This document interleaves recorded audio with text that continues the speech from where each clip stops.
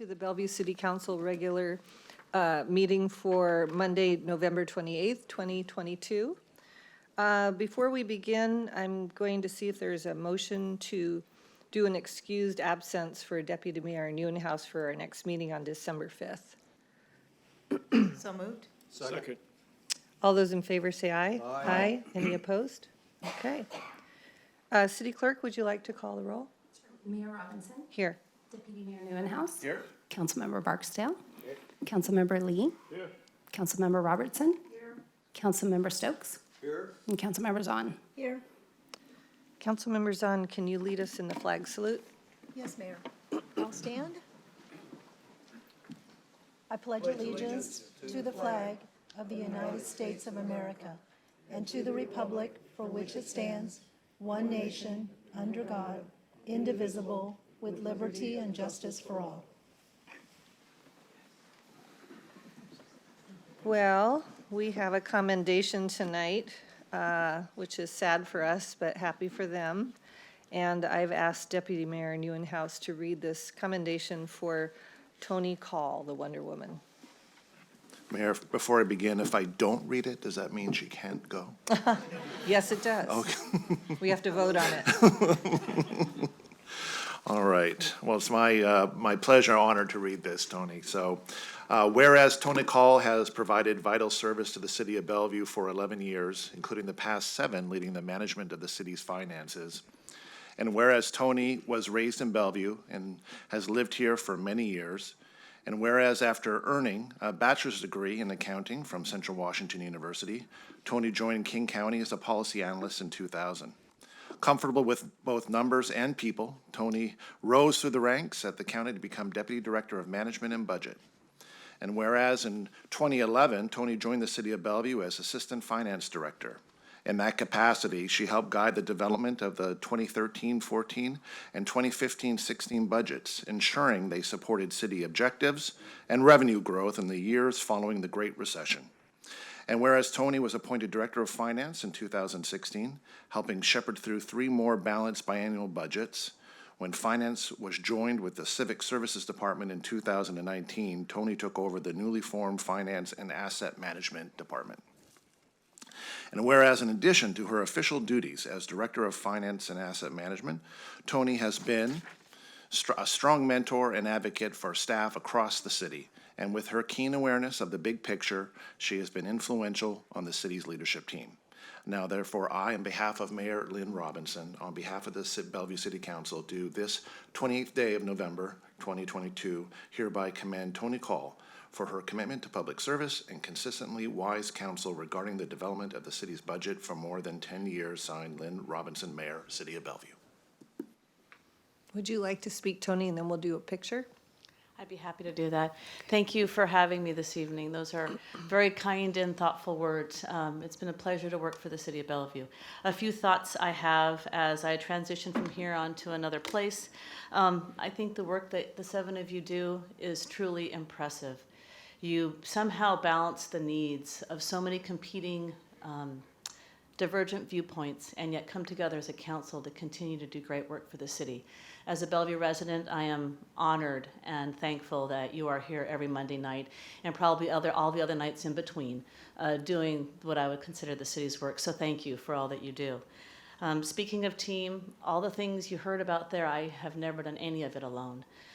Whether it is as the Director of Finance and Asset Management and leading all the unsung heroes of this city, whether they pay the bills for you, make sure the payroll gets done on time, fix the cars, make sure the facilities works, fix the heating in the council chambers, and et cetera. It is a pleasure to have led that group and done the work that we've done together for so long. My LT peers, I am continually thankful for what the work that they have done. We have managed to bring forward some really challenging budget discussions and other discussions forward to the city manager and then on to you in the many of the 6 or 7 budgets that we've worked on here. And there have been some really great conversations that have occurred with varying different viewpoints. But in the end, the LT came together as a team and made a solid recommendation on a budget forward to the city manager. I am really blessed that I can call them my first team. And because all of us have people in our background that are always around us, right? They're the people that you don't see every day, the people that we go home to every night, the folks that you miss the basketball game, or you miss the dance class park pickup, or somebody sitting in a parking lot someplace because you're late from work. My family, my daughter up on the screen behind you, and then also my family over my left-hand shoulder, are here because they really have shouldered a lot of the work that happens as we do that.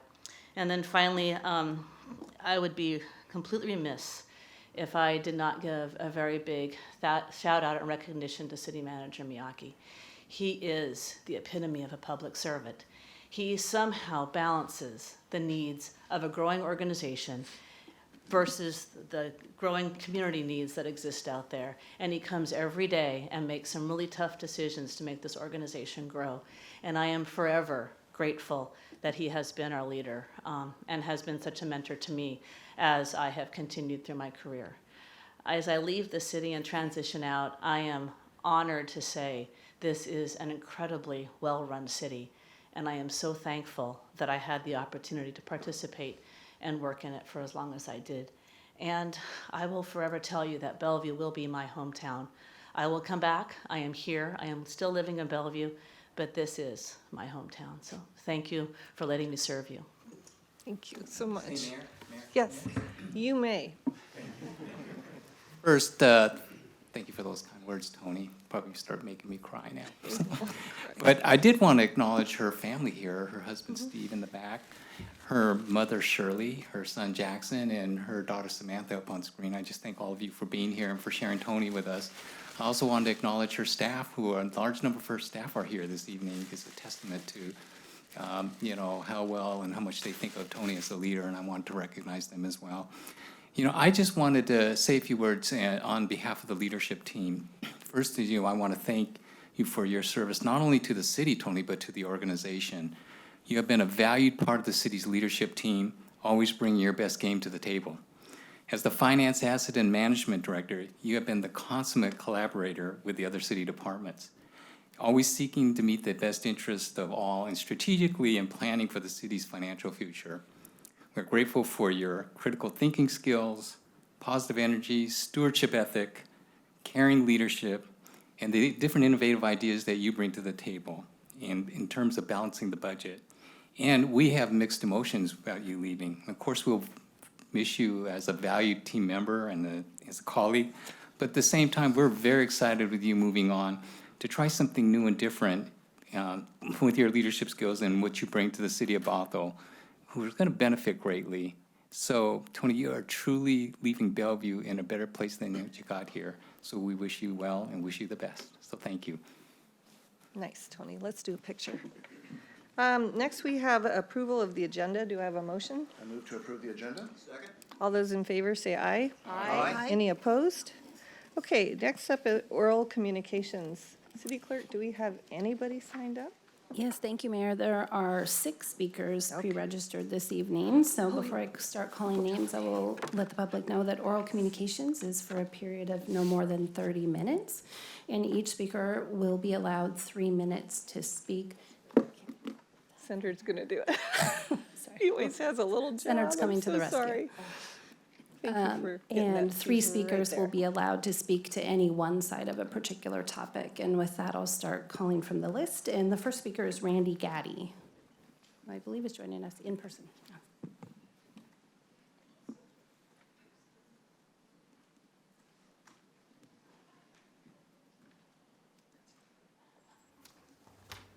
Good evening. Probably can tell by my shirt which way I'm leaning. I want to thank you for the opportunity to share with you tonight my thoughts and concerns. I want to thank the council for all your hard work and dedication. I want to acknowledge your mandate to build 35,000 affordable housing units in Bellevue by 2044. No small task indeed. Thanks to Janice Son and the Deputy Mayor for visiting this property on Lakemont Boulevard, now known as the Isola land. My name is Randy Gaddy. My wife and I live at 7242 Lakemont Boulevard Southeast, Bellevue 98006. We have lived there for 38 years. We live right across the street from the Isola property. We have an intimate knowledge of the property and the past owners. Milt Swanson, a former owner and historian, was a dear friend for 29 years. Had wanted his property sold to the city of Bellevue so it could be preserved for park use. Unfortunately, he failed to take legal measures to ensure that this would happen after his death. This 12.5 acres is special for a couple different reasons. It's coal mining history and its wildlife corridor. It is also perfectly located to connect with the Coal Creek Natural Area and Cougar Mountain Regional Wildland Park. It also has open space and a tree canopy, not to mention trails. The 12.5 acres has great value to visitors and hikers who come to enjoy the two existing parks. The house Milt lived in his entire life was homesteaded by his father in 1922. It was a farm with a barn and horse pastures up until Milt's death in 2014, almost 100 years. It became a larger wildlife corridor since 2015 when the land was vacated. Bear, deer, coyote, and an occasional bobcat are seen frequently crossing Lake Mountain Boulevard from the Isola property onto our property. Proposition 1 had just passed with overwhelming support, set aside $20 million to acquire open space, greenways, and wildlife corridors. This property directly aligns with the updated park and open space levy. It directly aligns with the council's goals to increase the tree canopy instead of allowing Isola to cut down 85 mature trees.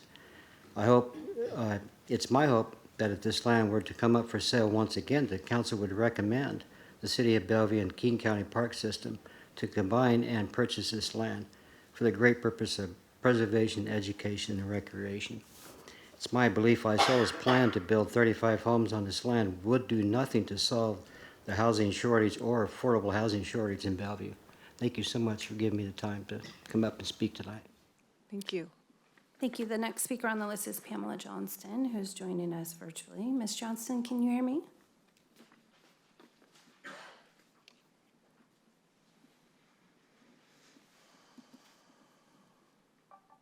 Ms. Johnston, can you hear me?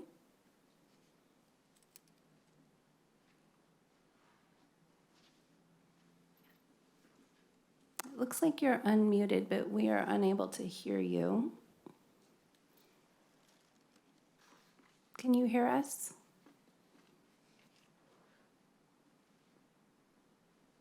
Okay. We're going to send you an email offline here. It looks like you might be having some audio issues on your end, but I'm going to go to the next speaker. I'll circle back to you, Ms. Johnston. The next speaker is Madhu Timiri. Thank you.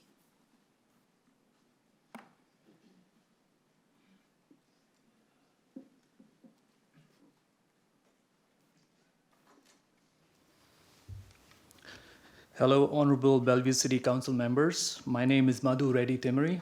I am the current owner of 4277 137th Avenue Northeast, Bellevue, which is being considered for inclusion in the PBRS program. Thank you for all your efforts and engagement on this topic. From my vantage point, I would like to make the case for your yes council decision today. I applied for the PBRS program to make up in a small way for all the additional greenhouse gases and climate impact from the development coming to our beloved city. Earlier, I was approached by developers wanting to flip this property in the real estate boom. They had assured me that the hilly terrain of the property did not make it suitable for further construction beyond the current single-family home, despite the large plot size. In addition, we began noticing all the wildlife that was making its way through the property all through the day and night. Pileated woodpeckers, lynxes, coyotes, owls, hummingbirds of various kinds, American bald eagles, rare frog species, many more kinds of birds, animals, and butterflies. My ask is, this council decision be truly seen for the balance it brings through a small conservation step in the form of a good infusion of native species and greenery for a disproportionately small outlay by the city. The precedent of other King County towns and cities embracing this PBRS program and the existing PBRS availing properties within Bellevue, alongside your staff's deliberate and diligently crafted yes recommendation, besides King County's full approval, should all allow the fair justification for your yes vote. The reforestation plans for this property will need substantial investment outlay from me. Raising a forest needs successful natural interdevelopment of fir and pine evergreen tree cover, intermediate deciduous tree canopy such as Washington large-leaf maples and Gary oaks, understory shrub development like serviceberry and Nootka rose, and finally ground cover such as sword ferns. It is going to involve much time and effort. The PBRS program, with its inspections and performance-based withholding of program benefits, already has the necessary governance mechanisms to affect performance. Honorable Bellevue City Council members, the yes vote brings ecological conservation balance to a rapid and pervasive growth, and the PBRS program guardrails this reforestation effort. The no vote closes our opportunity as Bellevue citizens to try this public-private partnership way forward, all while PBRS is benefiting 1,450 other participating landowners with their 14,200 acres within King County. Thank you so very much, and we are looking forward to your right decision for the city of Bellevue. Thank you. Thank you. The next speaker on the list is Alex Zimmerman.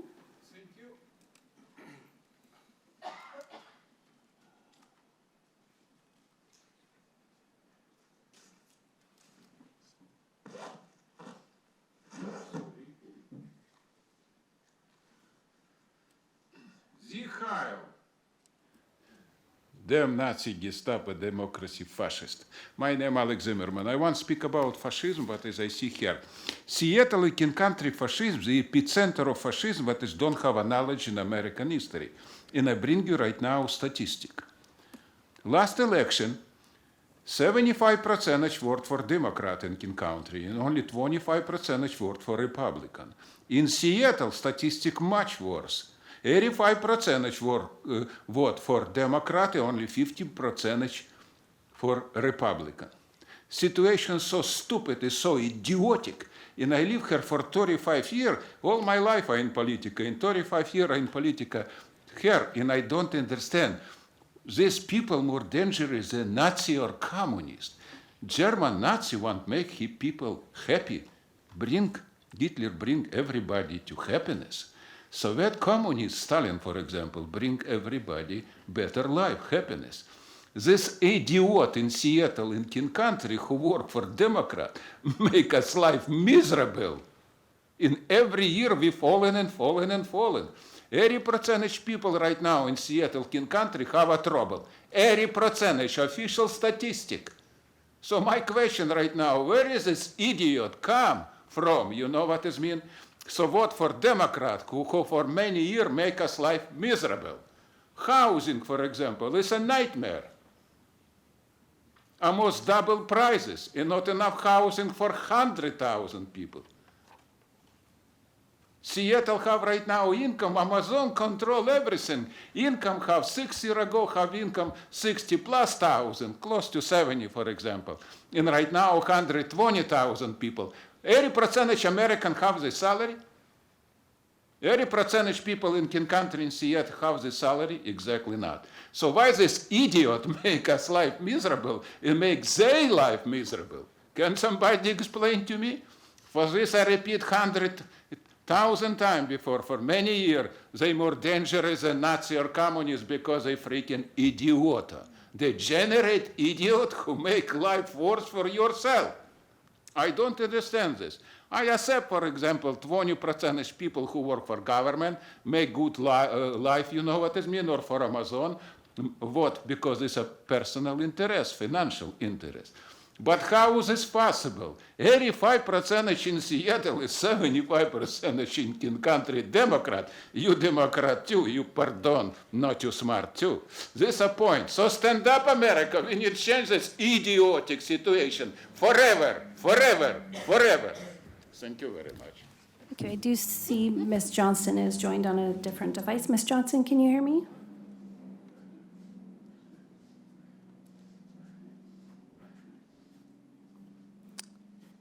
We are still unable to hear you. We're going to do a system check here on our end because I see you are unmuted, but I cannot hear you in the room.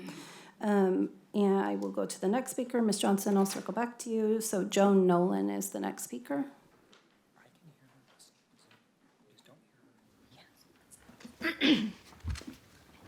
Hello. My name is Joan Nolan, and I have lived in Bellevue for 29 years. As a Bellevue resident, I appreciate living in the city in the park and Bellevue's green and open spaces. I come before you this evening to speak to saving these spaces, and specifically the Isola Homes site. I am presently retired, but I was employed for 35 years in the environmental protection field, most recently for Washington State Department of Ecology, where I worked for water quality protection and restoration. At Ecology, our job was to ensure that stormwater from new development is minimized to prevent adverse impacts to streams. It is concerning to me that though the Isola development may meet the letter of the law regarding stormwater permitting, the development will not allow natural inflow and infiltration on site. In fact, Isola's engineers determined that the site is not feasible for LID. Stormwater will be collected and filtered in a giant stormwater vault before being discharged above the iconic waterfall next to the Coal Creek Trail. With the Isola parcel in the headwaters of the watershed, any impacts, including that to salmon restoration, will cascade downstream. And since 2005, the City of Bellevue has spent $25 million to improve Coal Creek, and its salmon are beginning to return. Why are we risking salmon restoration when we know the increased stormwater can harm Coal Creek? I congratulate the city on the adoption of its environmental stewardship plan over the last 2 years and the recent commitment to additional environmental stewardship staff. The city will be helping to fulfill its environmental stewardship goals, such as increasing tree canopy, by working with King County to acquire the Isola property. Instead of allowing the developer to take an axe to 85 mature native trees, the city will be saving trees and likely providing space for additional tree canopy, as well as much-needed parking and a safe pedestrian crossing at the east end of the Coal Creek Trail. I am a hiker and an outdoor enthusiast. I regularly hike Bellevue's green belts and parks. I often hike the trails around Red Town Trailhead. Aesthetically, I think developing the Isola site will harm people's enjoyment of the rural, open character of the Red Town Trailhead area. The loss of this character is important because Bellevue does not have a lot of these open and rural spaces left. I thank you all for the opportunity to comment on this pending Bellevue land use decision. Thank you. Thank you. I'm going to try one more time. Third time's a charm. Ms. Johnson, can you hear us? Shoot.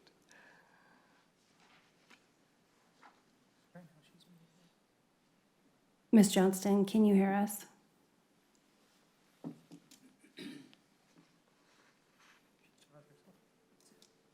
I don't think so. Hello? Hi. Okay, there you are. Your time begins now. Okay, thank you. I'm talking today about the Bridle Trails Public Benefits Rating System request. One of the things that strikes me in the previous speaker's presentation was all the things that are the same about Bridle Trails for almost every Bridle Trails property. The wildlife, the trees, the developers trying to take over our property and make it into something else, and not being able to do so because of our restrictions that we've already had for trees, restrictions that we have for not making the entire property buildable. These are things that we pride in Bridle Trails. So I've sent in some information, but one of the things I would like to just do is first talk about my recommendations to approve the 0.28 acres. Basically, it goes by the process of the public benefit rating system that as King County has set out. But I would like them to reject the other restoration properties because there's so many unanswered questions. And King County did not approve that section. They approved it on conditions. So one of those conditions was to have a planting plan by November 1st, which we have not received. Pre-approval will not allow Bellevue to get the answers it needs. It's not clear what is allowable in the PRC for this. And there's a lot of issues around open space and the potential for development that's restricted with the program. It's not clear what's going to benefit in that. I'd also like them to reject double dipping. Request King County does not allow the property to apply for public benefits rating system if it already is assessed or receiving benefits such as this property. I'd like you also assess the benefit of the public benefits rating system. Is this program effective in retaining forest, agriculture, and open space? Is it required? Does it work? Does it prevent development, and is it authentic? One of the things that we have here, problem here is this is a 1968 law that was meant mostly for farming and forest. It was not meant for open space the way that it is being used. It was meant for open space in terms of public recreation and significant landmarks. It is being misused as the state had intended it to be used. So please do that, and also notify anybody in Bellevue as appropriately on Bellevue's 500 feet, since people were not notified on this issue, even the neighborhoods adjacent. Thank you. Thank you. The final speaker on our pre-registered list is Steve Williams.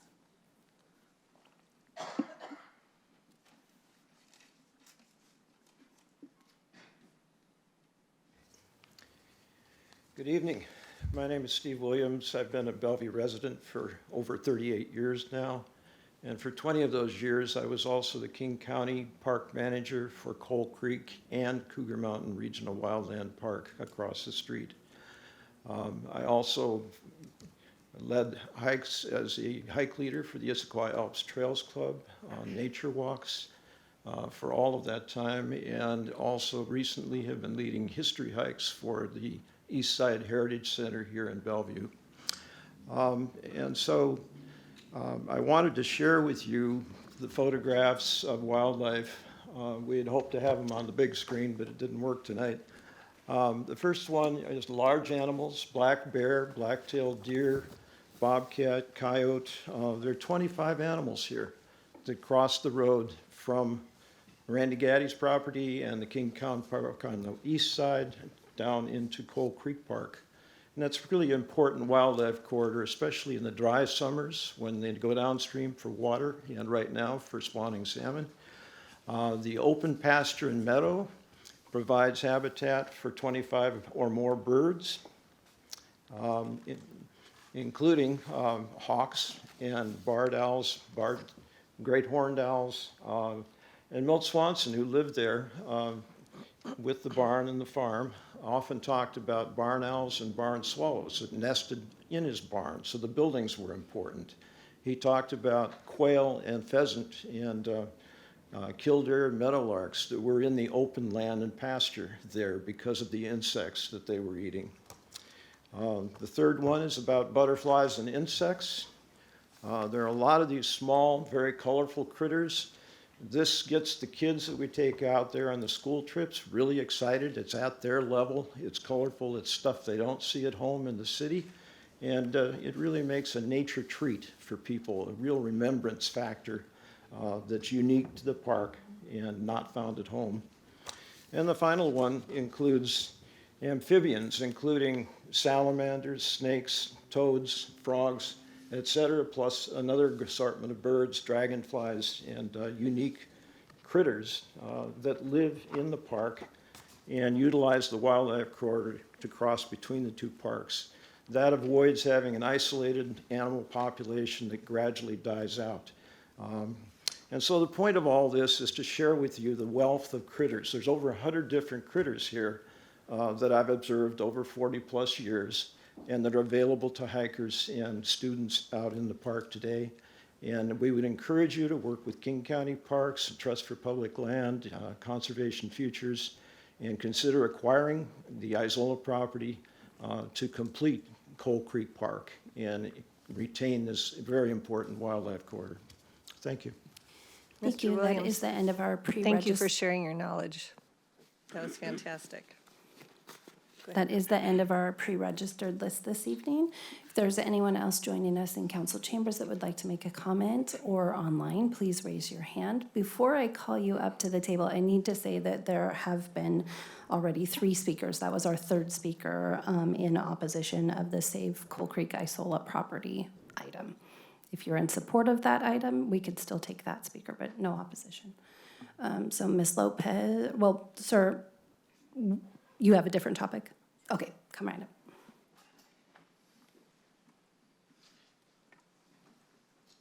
Good evening, Council. I'm Brad Jones, Executive Director of Visit Bellevue, Bellevue's destination management organization. I'd like to take a moment to thank the City of Bellevue and specifically Bellevue's cultural and economic development team, to which Visit Bellevue is engaged and in constant and ongoing collaboration to stimulate economic growth and development in Bellevue's visitor economy. We strive to be a collective voice to develop, grow, and manage Bellevue's hospitality and tourism community, and plan to build an industry further increasing visitor spending and overall economic impact to $2 billion by the end of 2023. By increasing the number of visitors and through the implementation of Bellevue's Destination Development Plan, we strengthen Bellevue's economic position, bringing direct economic benefit to our city and providing an elevated quality of life to our community. One of the highest priorities in the Bellevue Destination Development Plan is organization, operations, and budget. The priority specifically calls out the City of Bellevue together with our Bellevue hotel partners and Visit Bellevue, forming the Tourism Promotion Area, otherwise known as a TPA, to provide the needed, dedicated, stable, and ongoing funding to address and implement the many shared Bellevue development plans and community economic priorities. Tonight, we ask for your support in the required interlocal agreement, otherwise known as an ILA, to form the TPA for Bellevue. We have completed several of the strategic priorities and many more are in progress. But the fact of the matter is Bellevue's funding level for destination sales, marketing, and management and tourism development are and have been about 25% the normal and competitive levels in our industry and among the destinations that we compete against. With the formation and implementation of the TPA, Bellevue will become financially competitive. Tourism promotion areas have revolutionized destination marketing management and tourism development. Since originating in California in 1989 and here in Washington State in 2003, where there are currently 16 TPAs in operation. TPAs have now spread over 300 plus destinations across 23 states in North America, enabling stable, dedicated funds for destination marketing, management, sales, and tourism development. As the impacts of COVID-19 continue to leave our industry in recovery mode, we look to the future and the recovery of this $2 billion economic driver for Bellevue. The formation of the TPA will provide that needed investment and represents the ability to grow our public-private partnerships that helps make Bellevue what we have become to look forward to in the future. Thank you for your support. Thank you. Loretta Lopez.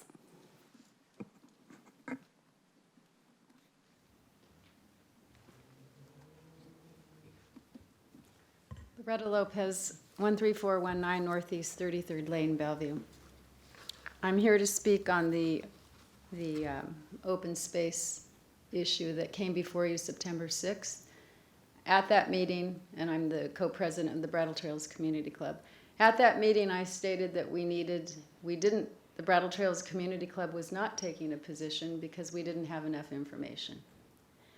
And I have tried repeatedly to get information from the city staff. I continued to send email messages asking when would this be before the council because we wanted to review this as a board to make a decision.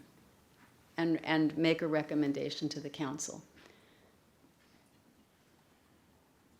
For weeks, I sent messages, and I did not get satisfactory responses. I had hoped that the city staff would not set this meeting for the Monday after Thanksgiving. I even explained a few weeks before in an email, and I have all of my emails, that the Bridle Trails Board needed time to review this complicated issue, and we needed to review the city's analysis.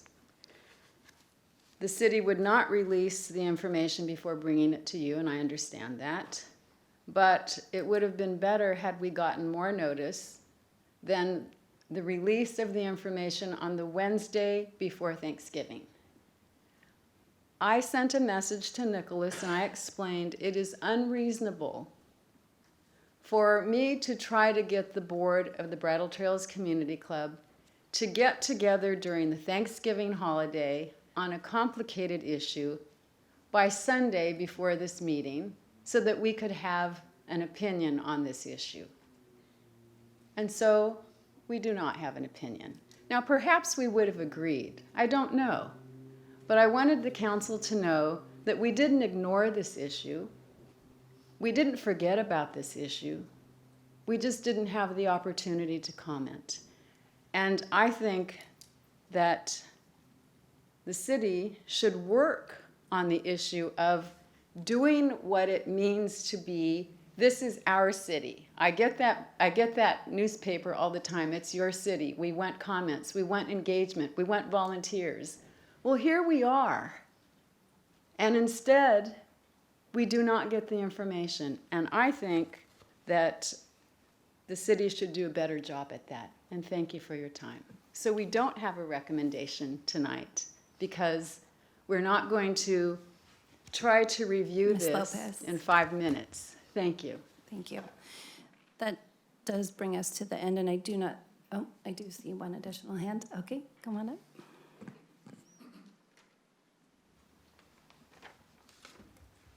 Hi. My name is Clarissa Diaburia. I'm the founder of Belden Cafe on Main Street. This is my first time, but this is a cause that's close to my heart. So I've been a Bellevue resident for almost 28 years. So I travel the world with my kids. I'm a single mom. And I came here because I see Bellevue has this great potential as a world-class economically and then also for humanity as well. So my passion is about building a community that's strong, that's matching our global world community presence. So I want to thank you so much for the City Council for your close partnership with Visit Bellevue, which I'm on the board of, along with many other charity nonprofits I'm really passionate about with my staff, with my whole community. And then I want to also thank you for your big support for local small community like us. It's a huge honor to be here and then supporting us. I'm here to ask your support for the formation of the Bellevue Tourism Promotional Area. I just think it's going to be a great benefit for the small business like us, and we can build way bigger impact for small mom and pop shops with higher tourism traction to match with the global presence for us. And then with the Bellevue Tourism Promotion Area, it's going to provide a needed resource to fully implement Bellevue's destination plan, including attracting more events and in way more diversities around residents all around Washington. So it's not only the high earners tech individuals around here.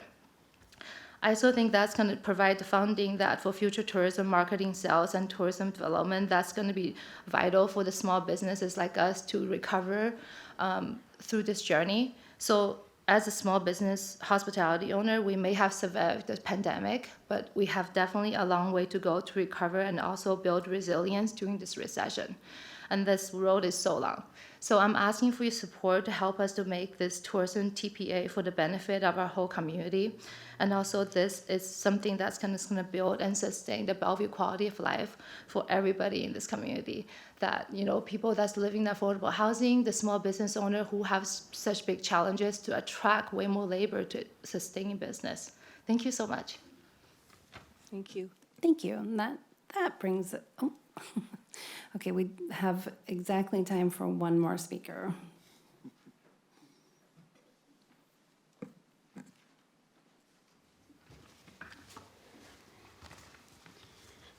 Thank you.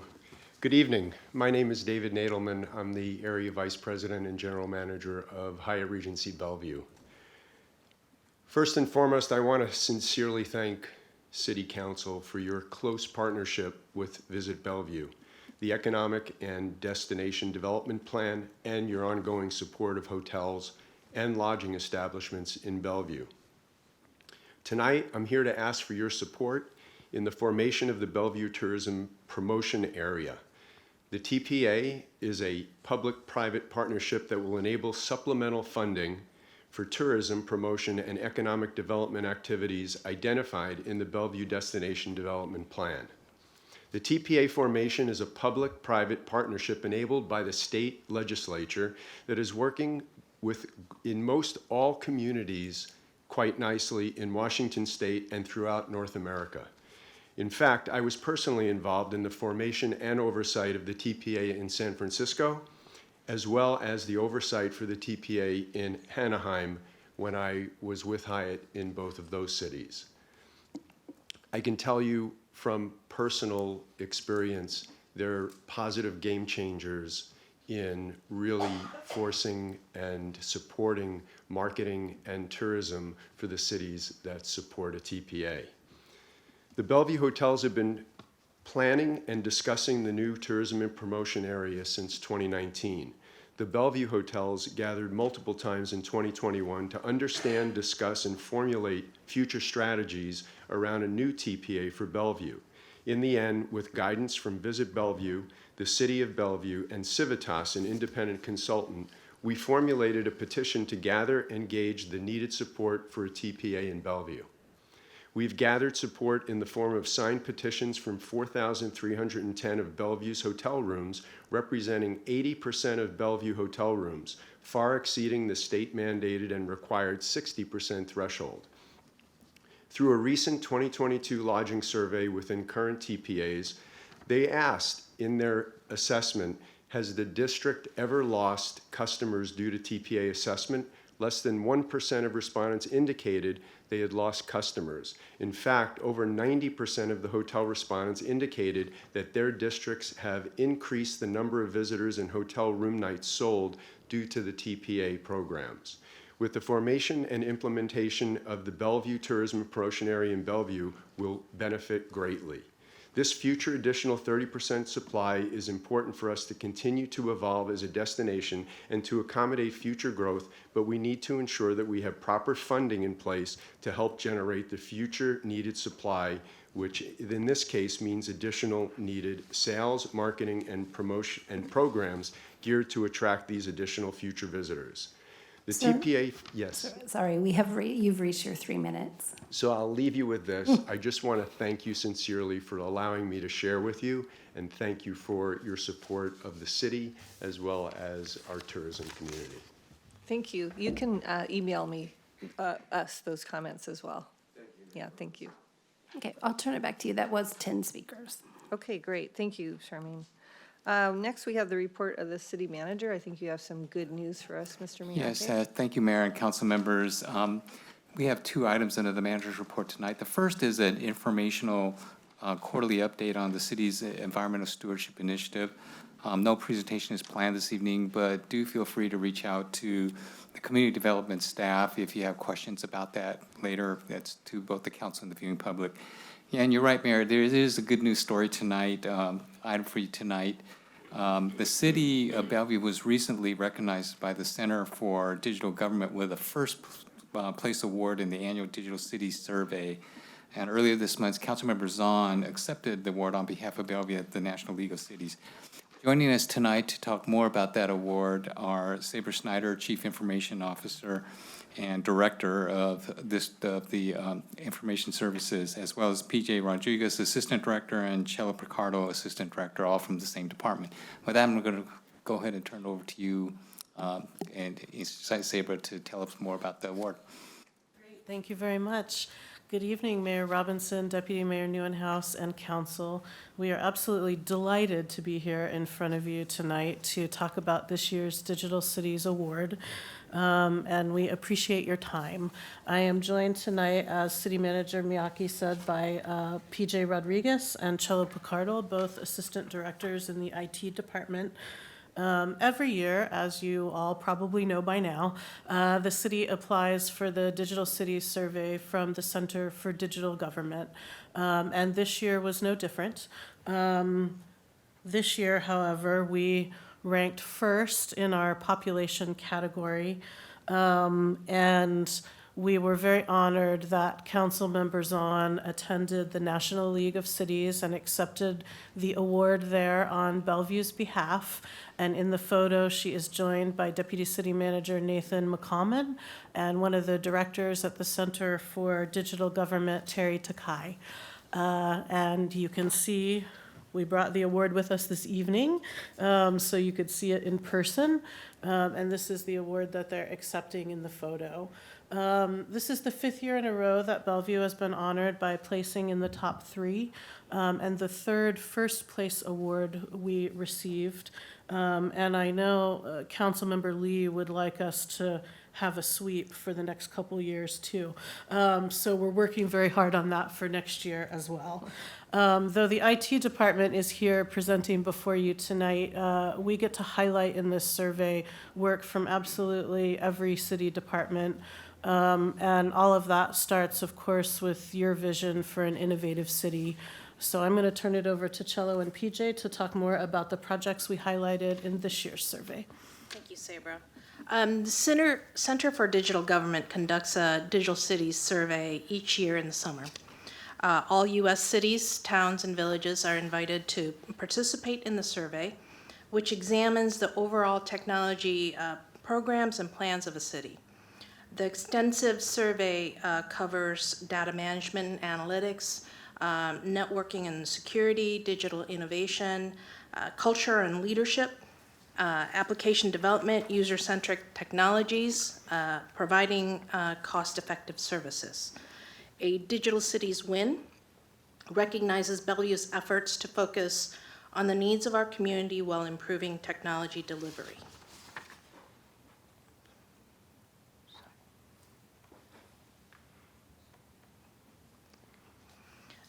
In the Bellevue submittal, we highlighted accomplishments tied to council priorities around implementing the Smart City strategy, using technology to improve customer service, and leveraging data to enhance engagement, equity, and accountability. The award application emphasized progress on the Smart Mobility Plan, including Vision Zero partnerships, that leverage video from traffic cameras around Bellevue to track near collisions, making our systems and roads safer. During the pandemic, the free public Wi-Fi available at affordable housing properties, community centers, parks, and other city facilities to help with connectivity needs where we can was upgraded. One of the largest utilities investments, a smart water meter implementation, is well underway. We also underscored that the city works regionally across these fronts. PJ will highlight additional accomplishments. Thank you, Cello.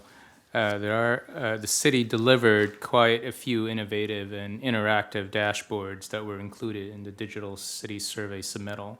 One of those is the Council Priorities Dashboard that was launched in 2022, which showcases progress made toward council goals as well as key performance indicators. Another one is the Police Data Dashboard, supporting community transparency, trust, and accountability while helping to achieve council priorities.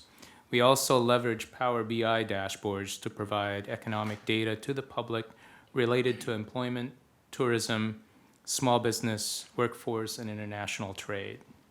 The My Bellevue chatbot was relaunched and expanded beyond COVID-19 questions. It now supports general questions and continues to expand in addition to supporting 8 languages. The city also redeveloped the Public Document Center, allowing for the public to self-serve frequently requested documents such as ordinances, agenda packets, resolutions, and meeting minutes. Another item highlighted in the survey has been the evolution of hybrid work and services. Working in partnership with multiple departments, the city developed and leveraged technologies for hybrid council and community meetings, supporting the public's expanded participation in this room or virtually. Sabra. Thank you. So congratulations. This award highlights work in digital transformation from across the city, from pandemic response and recovery to resident communications and operational efficiencies. This is all made possible by the council's innovative vision, partnerships in the community and across the region, and by the many staff that worked on all of the projects, only some of which we touched on tonight. So thank you again for the opportunity to highlight this first place award. And back to you, Mayor. Congratulations. That's wonderful. Thank you. Okay, so next up, we have the consent calendar. Is there a motion to approve that? I move to approve the consent calendar. Second. All those in favor say aye. Aye. Aye. Any opposed? Okay, we have 1, 2, 3 study session items tonight. Mr. Miyake, why don't you introduce the first one? Thank you, Mayor. The first agenda topic on your agenda tonight is for council consideration of a proposed ordinance for adopting public defense standards. By way of background, the city has been providing funding for public defense services to defendants unable to afford their own legal counsel for several years. Tonight, staff will present a proposed ordinance which would add a new section to the Bellevue City Code specific to public defense service, the public defense service contract consistent with state law. At the end of the presentation and council discussion, again, staff is seeking direction from council to return at a future council meeting for adoption of these standards.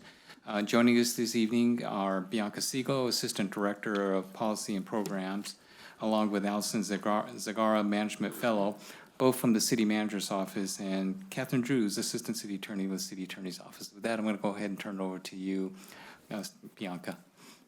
Thank you. Good evening, Mayor Robinson, Deputy Mayor Neuenhuis, and Council. As the City Manager said, we're here this evening to present a proposed ordinance for public defense standards.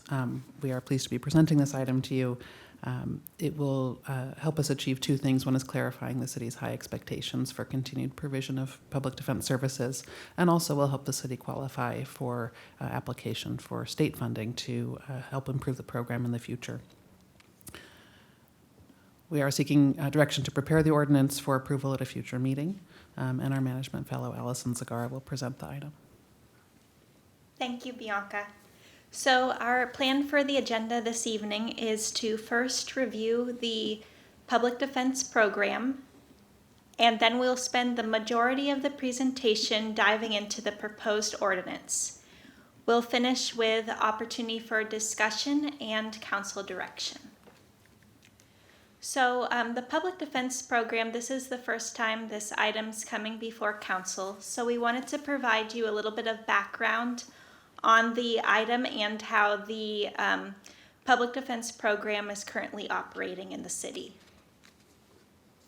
So there are two main components of this program. The first of which is client screening. The city contracts with a public defense screener to provide screening services. These screenings take place on the phone through an online form available on the city's website, as well as at the Bellevue Courthouse. The screener helps walk defendants through the process of applying for public defense and then works to make sure that they're properly assigned to one of our contracted public defenders. We have one primary public defense firm that represents the majority of clients, and then we have two conflict public defense firms that provide conflict counsel in case the defendant has a conflict with the primary public defense firm. If the public defense standards are adopted, these program components will continue. The standards specifically are going to set expectations for how public defense services are to be provided in the city. Now we'll head into the proposed ordinance. So state statute requires that cities adopt public defense standards. Not only with the state statute, but we see this as an opportunity to support the quality and effective legal representation of clients in Bellevue more formally by introducing it into the city code.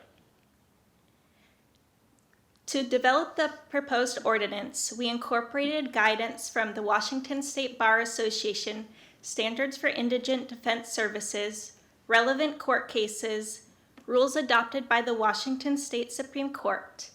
We also reviewed the public defense standards adopted by neighboring jurisdictions. This ordinance would add a section to the city code, specifically in the chapter on procurement. The ordinance addresses several topics related to public defense service quality. It formalizes contractor duties and responsibilities. It clarifies caseloads limits to make sure that the attorneys do not have excessive caseloads that could affect the quality of legal representation that they're providing. One of the other changes this ordinance makes is it enhances the reporting requirements for contractors. Adding reporting requirements will allow us to be more proactive in monitoring and evaluating attorney activities. The ordinance also standardizes the process for resolving client complaints. So overall, the benefits of the ordinance are it will support the quality and effective representation taking place in the city by setting parameters around what public defense services will look like in the city and clarifying the expectations for contractors in providing these services. It will also codify existing practices, including the compensation of services, attorney qualifications that we require, procurement processes, and assignment of cases. Another key benefit is that approving public defense standards will enable the city to apply for grant funds from the Office of Public Defense that can be used to improve the program in the future. So we look forward now to hearing your questions and comments, and we are seeking council direction to prepare an ordinance adopting public defense standards for final action at a future meeting. Thank you. Great, thank you for the presentation. Any comments or questions? Okay, Councilmember Zahn. Yes, thank you. Thank you for the presentation. I have to say, this was not something that had come before us, so I was learning more about the standard. So as I'm reading the materials, it sounds like without the standard, we would not be eligible for the funds, because I'm reading in here that the funds could be used for additional social work services, which would be really helpful. So I was trying to understand, would this also then be eligible for translation services? When I looked at the information about the ordinance, it doesn't say anything about translation services or culturally and linguistically appropriate for the clients they're trying to serve. So could you help me with, I guess both of those are interrelated. My question, thanks. So yes, it's true that if we do not adopt standards, we won't be able to, we aren't likely to receive the grant funding because that is one of the requirements. Catherine can talk a little bit more about what's in the ordinance related to translation services. We are currently providing translation services, and those are a compensated expense for the contracted attorneys. But with the funds, there are a lot of different potential uses, including looking at more contracted services. Specifically for the funding, it needs to be things that the city isn't already doing. So since we're already providing the translation services, we may not be able to use that, but the social work is something that we would be interested in possibly applying for and exploring more, as well as you could use it for many things to add additional services like investigative services, and the social work is another example. So on the translation, there is a standard in there that does address that public defense attorneys shall have or make available those type of translation services, people to help people who are perhaps not native English speakers or may have other disabilities or handicaps that prevent them from having face-to-face conversations. So that has been covered in the ordinance. Okay, so it could also then, because I was actually thinking it isn't just translating, it's actually having representation that mirrors the clients that we're trying to serve, people that may have neurodiversity, and the level of service from a public defender may be slightly different than the whole population. So I'm just trying to understand whether this standard then would potentially help us to make sure that the public defender services are as representative of the people we're trying to serve as possible too. So if I'm understanding you, the public defender services contract that are proposed requires that public defenders who are providing services under the city be able to have communications with their clients. If I'm understanding correctly, there is not a standard in there that says we must have this X type of public defender. However, there are non-discrimination provisions in the standards also. So the standards, they are going in the procurement section because they do refer to the qualifications that are required for attorneys, including those that are set, the Washington State Supreme Court sets the rules, minimum rules to practice law in this state. So it works on those standards and then also provides standards to ensure that client services are provided in a manner that's understandable and reachable by the population that isn't intended to be served. And they have done that for quite a while. Okay, so it may be part of the social work, additional support or whatnot. Okay, thank you. I'm happy to support having this standard. Councilmember Robertson. And I noticed on page 5, Councilmember Zahn, in the reporting requirements, since 3D, where it mentions interpreters, it also includes services used for facilitating communications based on a client's communication disability. So that might satisfy part of your question. I just want to say thanks for bringing this forward. Thank you for the presentation. I think this is really appropriate, and I'm glad that Bellevue is, the ordinance is great. I think it's going to make sure that our public defenders that we contract with will be qualified, competent, provide excellent services as we expect them to do. So I'm supportive. Didn't know, I was planning to vote and pass this tonight, and then I see you're asking for direction for it to come back.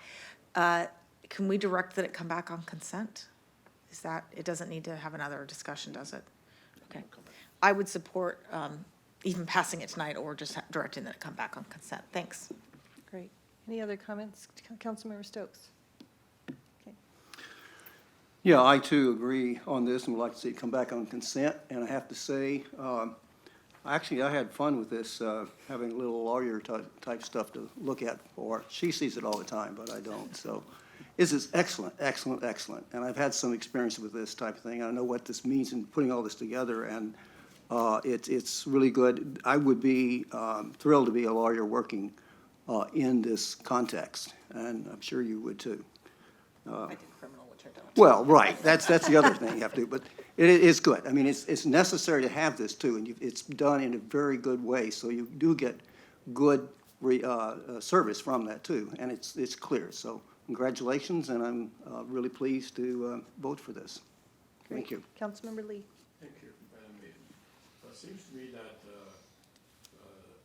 this is a change of code or adopting, the code that we are doing. seems to be a good thing, improvement to make our defense system better, right, more responsive. And the question I have is this mandatory for all cities, or are we doing this voluntarily? So, as you know, we haven't previously had the standards, so I would say it's in terms of the carrot and the stick, it's more of a carrot way of getting cities to adopt standards. So by offering the grants and extra technical support, the Office of Public Defense is able to incentivize adopting standards. Right. But these standards are a good thing, though. It's an improvement to our current system, right? So it's not just that they're no good, but because we want money, we adopt them. But it's not. It's a good thing to do.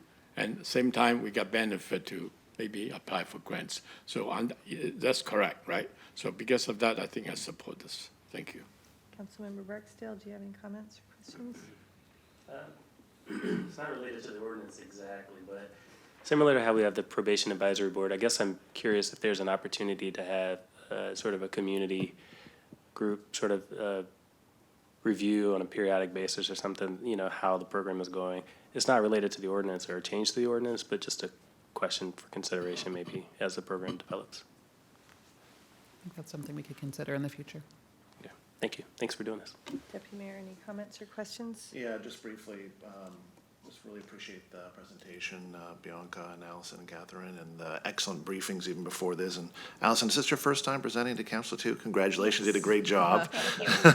No, I think this is great, and I think whenever you have clear expectations, the relationship will always be better, and understanding, the clear duties and responsibilities, the load limits, the accessibility, and and resolving client complaints, which I'm glad I hear we have very, very few of, as you remember from our conversation. So happy to support this, and again, great work. Thank you. And with that, is there a motion? Yes, Mayor, there is. I move to direct staff to prepare an ordinance adopting public defense standards for the final action at a future meeting on consent. Second? All those in favor say aye. Aye. Any opposed? Very good. Passes. Thank you. Thank you. Next up, Mr. Miyake. Thank you, Mayor and council members. The next item on your agenda is an update on establishing a tourism promotion area, something you just heard about recently under ORCOMS. Just by way of background, this proposed tourism promotion area will better support tourism promotion within the city, and it plays a vital role in our local economy and is consistent with the tourism and creative economy goals in the economic development plan.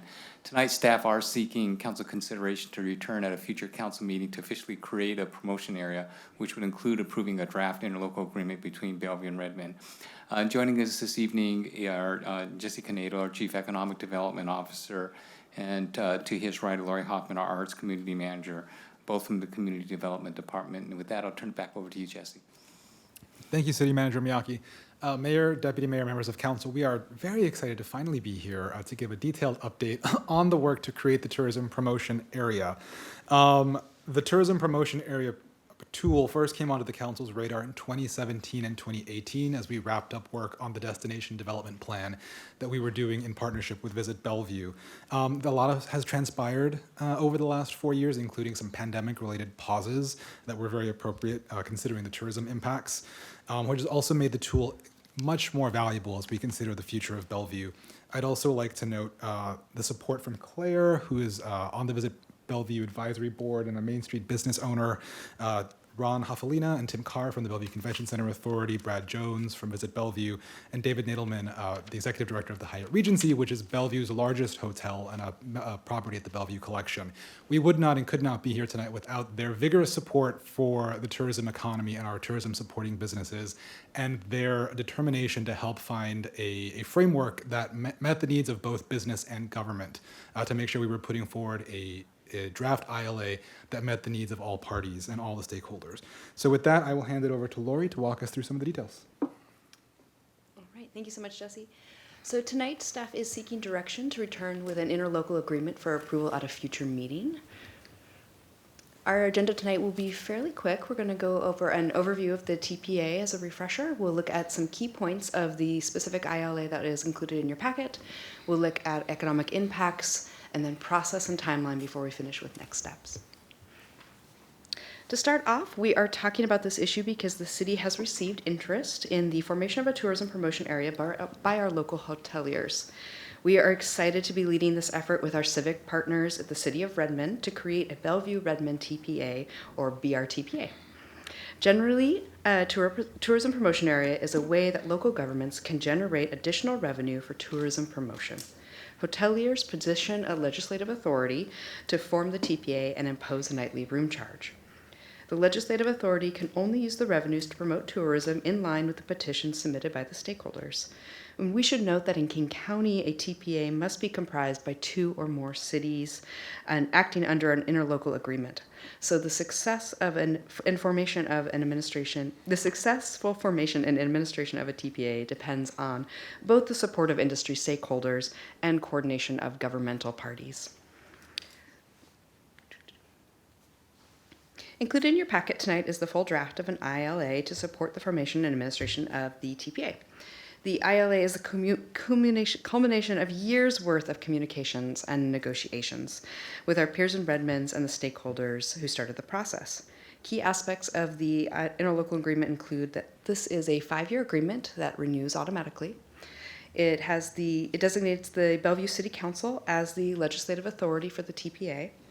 And the TPA would be comprised of 2 zones, a Bellevue zone and a Redmond zone, comprised of the jurisdictional boundaries of both cities. Funds generated in each zone would be accounted for separately and held separately. It includes all lodging businesses with 40 and over units would be subject to the charge. So they would all be subject to the same $2.50 per room per night charge. And it should be noted that there are a couple exceptions to that. So stays over 30 days, folks who have a medical stay, or flight crews. There's a couple others that are listed in your ILA. The ILA also calls for the creation of an advisory board, which shall make recommendations regarding the use of any revenues. And then this board will be comprised of representatives of the hoteliers subject to the charges. Bellevue City Council, Bellevue City Council, as legislative authority for the TPA, would be required to approve or deny the recommendations of the advisory board, including the annual budget. And if the City Council denies those recommendations, it would provide a rationale for the denial and request an alternative recommendation from the advisory board. Bellevue is authorized to retain 5% of all revenues collected to cover administrative costs associated with the operation and management of the TPA and advisory board. So why is TPA an important tool? Because overnight visitors play a vital role in our local economy. On average, visitors spend an additional 2.2 to 2.4 times the price of their hotel stay at local restaurants, retail, attractions, nightlife, and the arts. For example, if a visitor spends $300 on their hotel stay, we can expect them to spend an additional $660 to $720 in the local economy during the course of their stay. Year to date, 1.7 million overnight visitors to Bellevue have directly spent $535 million in our local community, generating a total economic impact of almost $1.4 billion. If implemented, a TPA would contribute to our efforts to generate significant resources for tourism, and we would have a strong economic impact for the entire community. Staff expects that the TPA would generate approximately $3.5 million in its first full year. TPA revenues can only be spent on activities that promote tourism, and here in Bellevue, Visit Bellevue's Destination Development Plan is a ready-made action plan.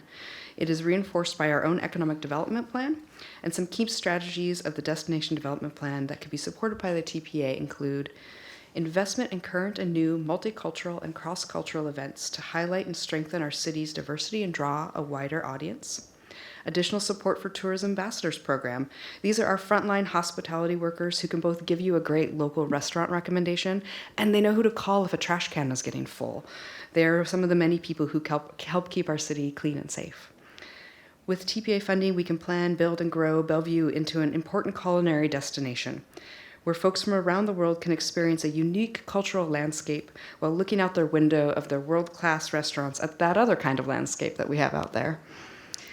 Working with our cultural and economic development team, Visit Bellevue can help implement our creative economy strategies that will enrich our nightlife with tried and true tourist draws like live music, performing arts, shows, festivals, and events. And of course, any tourism promotion plan in the Pacific Northwest would be incomplete without a focus on outdoor recreation. We know our award-winning hotels are the launch pad for great outdoor adventures, and when we're out there in the great outdoors, our visitors can look forward to a well-earned cocktail when they come back home. This is just a tip of the iceberg, and all of this works together to build our Bellevue brand as a place that welcomes the world and delivers excellence for our visitors and our residents. We are not going this alone. As you heard tonight, there is strong stakeholder support for a TPA in Bellevue and in Redmond. As we stated, this process starts with our lodging businesses, and these are just some of the hoteliers who stand in support. State law requires 60% of eligible ratepayers to sign the petition, and we currently have 80% support with no vocal opposition. So how do we get from here to there and establish a TPA in Bellevue and Redmond? The process can be broken down into these 5 areas. First, a TPA starts with the stakeholders. Right now, hotels in Bellevue have currently gathered the needed signatures for the petition.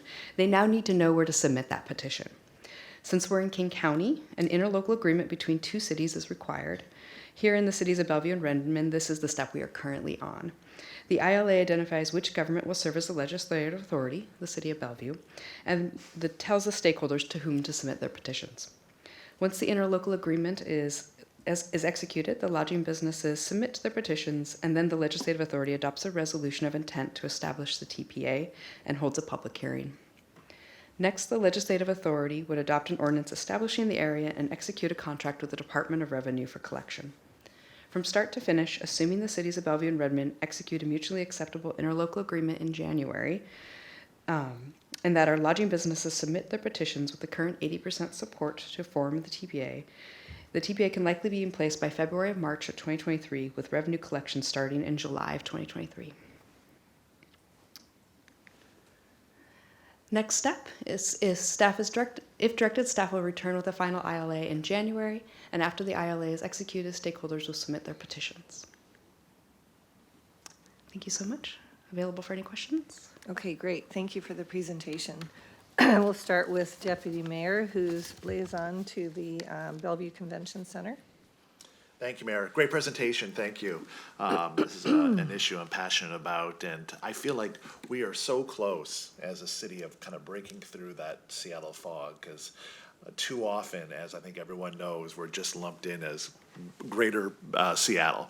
But Bellevue is so close to breaking through, and very excited about this program, and I'm very supportive of moving it forward, because we have more and more things to offer, and the more that we can market and promote, and really when tourists are looking and searching for a place to come, we first need to inform, then persuade, and then we need to remind them and make sure they don't forget what a wonderful place this is for dining, for events, for festivals, our parks. And I really feel like the event that we had this summer will help us even further push the Bellevue brand out there. Not only are we known for the great Snowflake Lane, July 4th, but now that we've proven as well that we can put on a world-class event, right, like the half marathon here, the Rock and Roll Half Marathon, I think that just really sets us up for greater success. So, and I love the fact that already folks were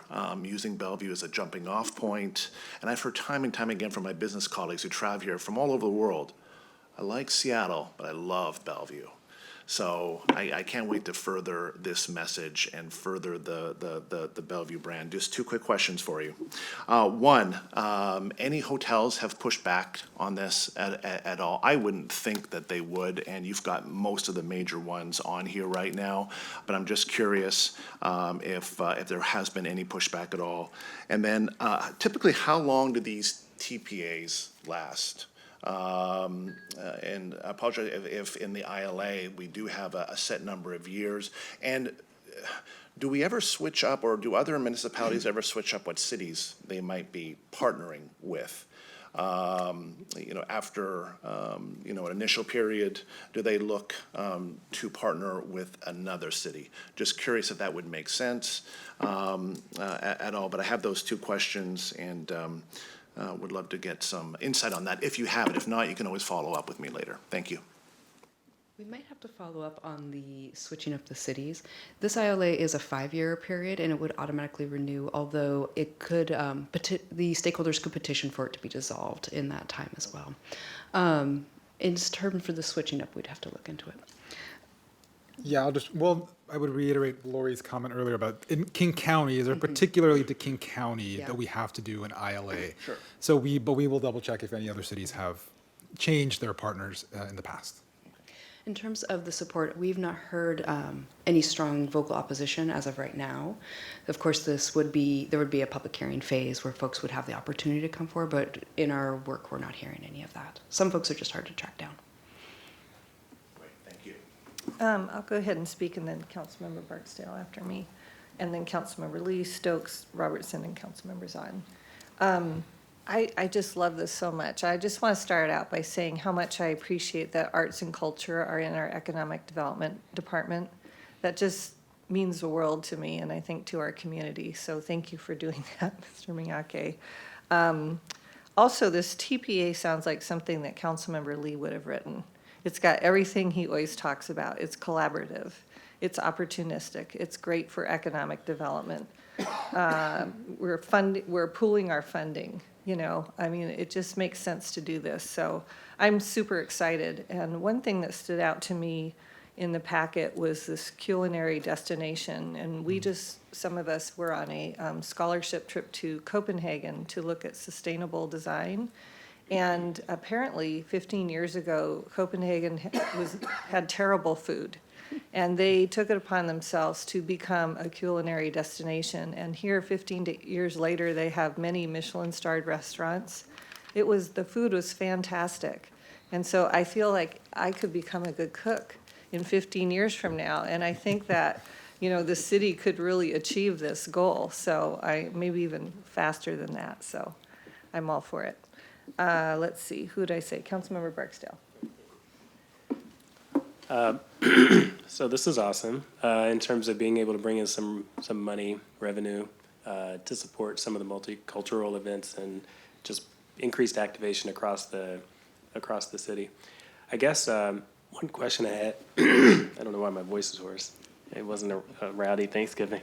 Go Seahawks.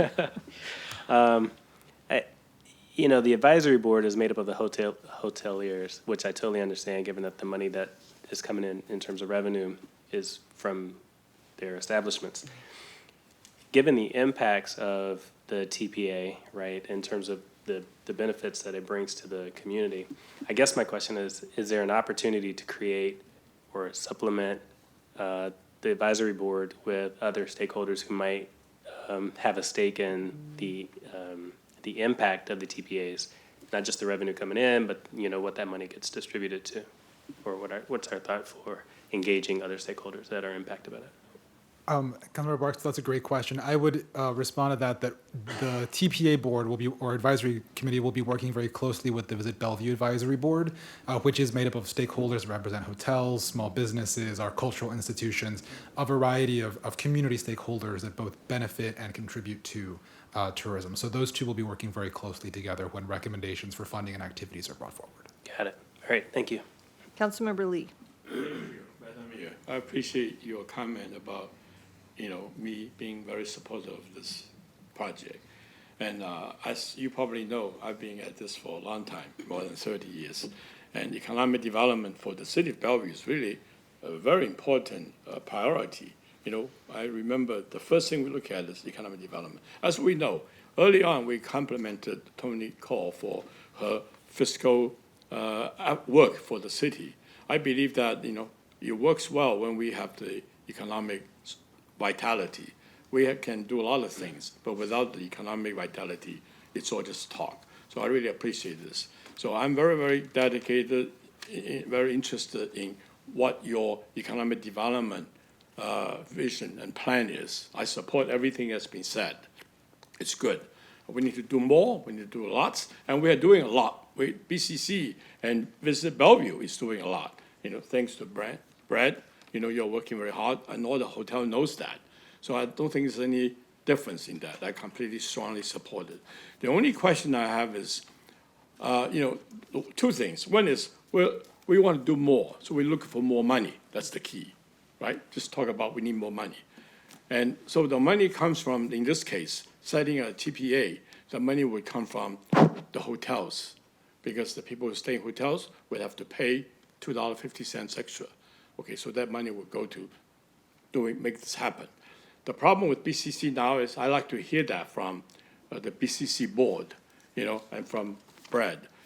Are we having enough money to do it? Obviously, we don't. That's why we're looking for additional funding, right? So really, it's a question not to do things that will make an impact. We know the impact we are making. I completely agree with you.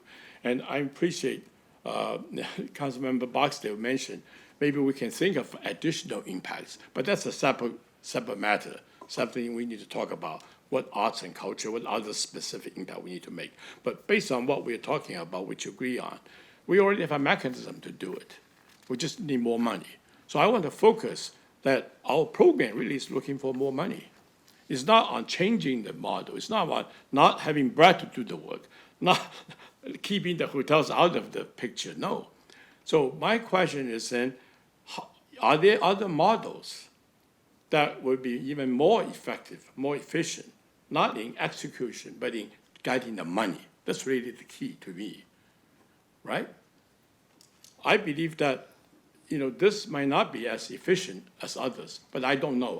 Let's let them Because answer. I don't know what other models are. So I'd like to have you maybe, or others, talk a little bit more about what other models of generating money has been considered that may be more efficient, more effective, more sustainable. Thank you, I don't want to Councilmember go Lee. into all the details because I agree with Okay, everything you're Councilmember Lee, let's let him answer your question. Yes, please. Thank you for the question.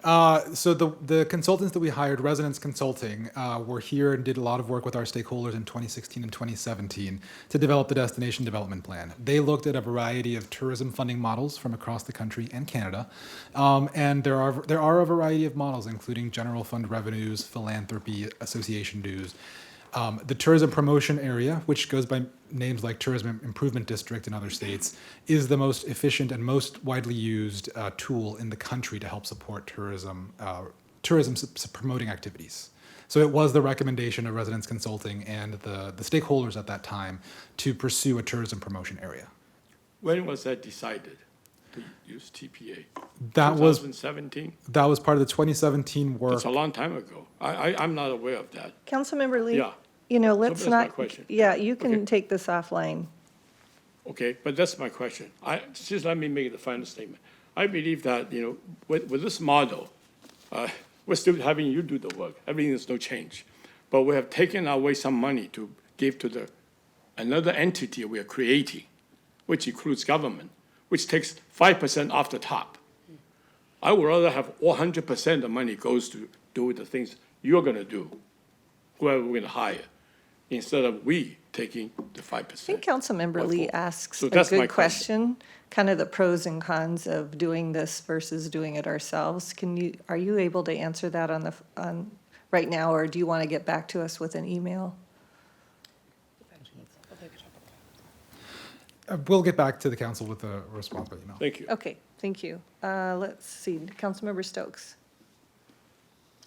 Well, thank you very much. This is really exciting.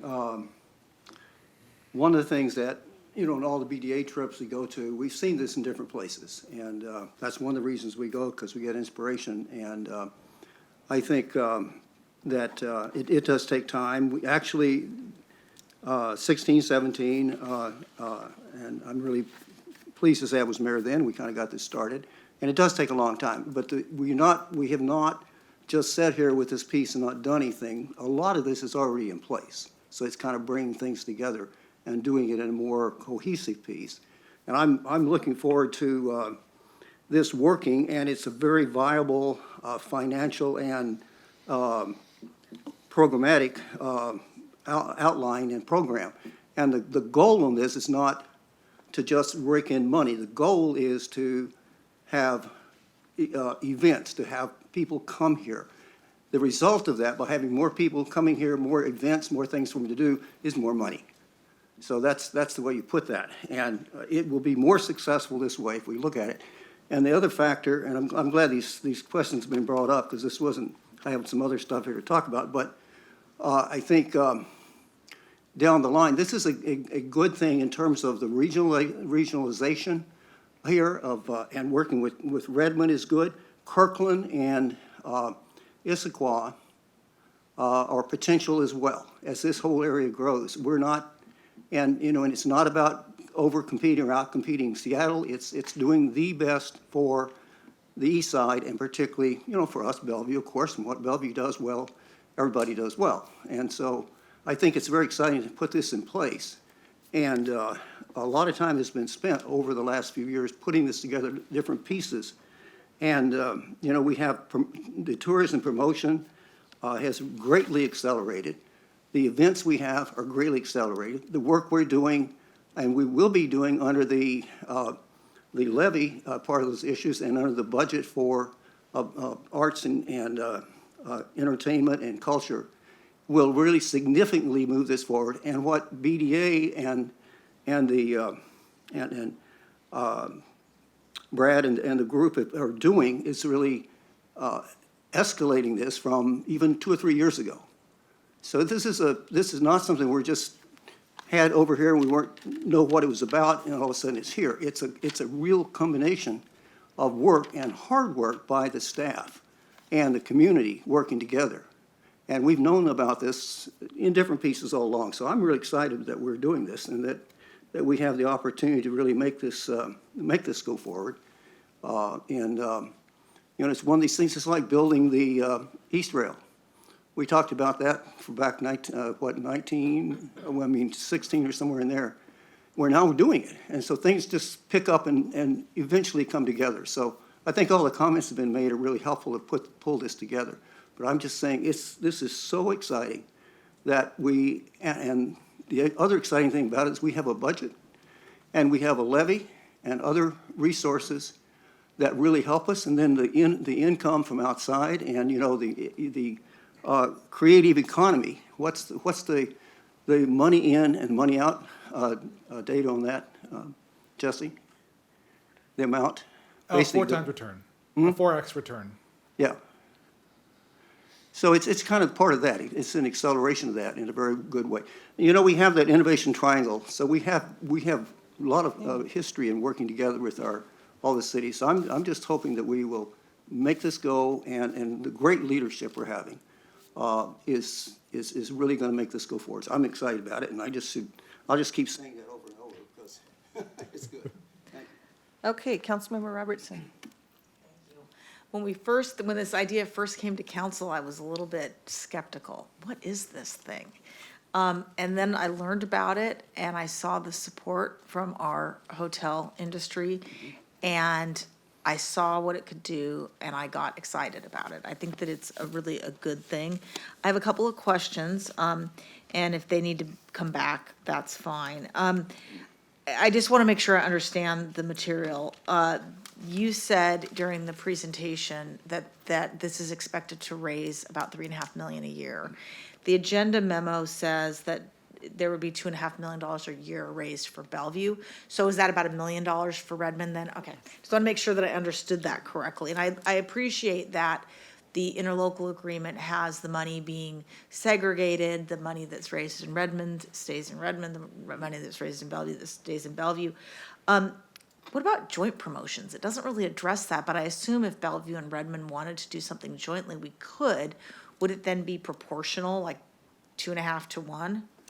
It would be up to the destination management organizations. Okay. So we would contract, the advisory board would contract with destination management organizations to really implement most of the work. So Visit Bellevue, whoever in Redmond, and then at that point they would have access to those funds to do their work. So if they wanted to do something joint, it would totally be on the table. Yeah, they could talk about how they want to split that.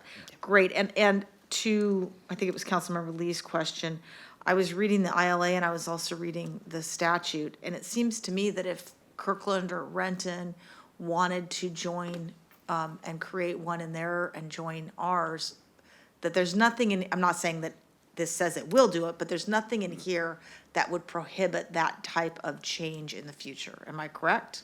That's right. Okay, so, final question, and this one's more tricky. In the ILA at section, 8B4, just get that up, as I have something up, else I had the PowerPoint on my screen. At 8B4, it talks about the advisory board. And it talks about how, there it is.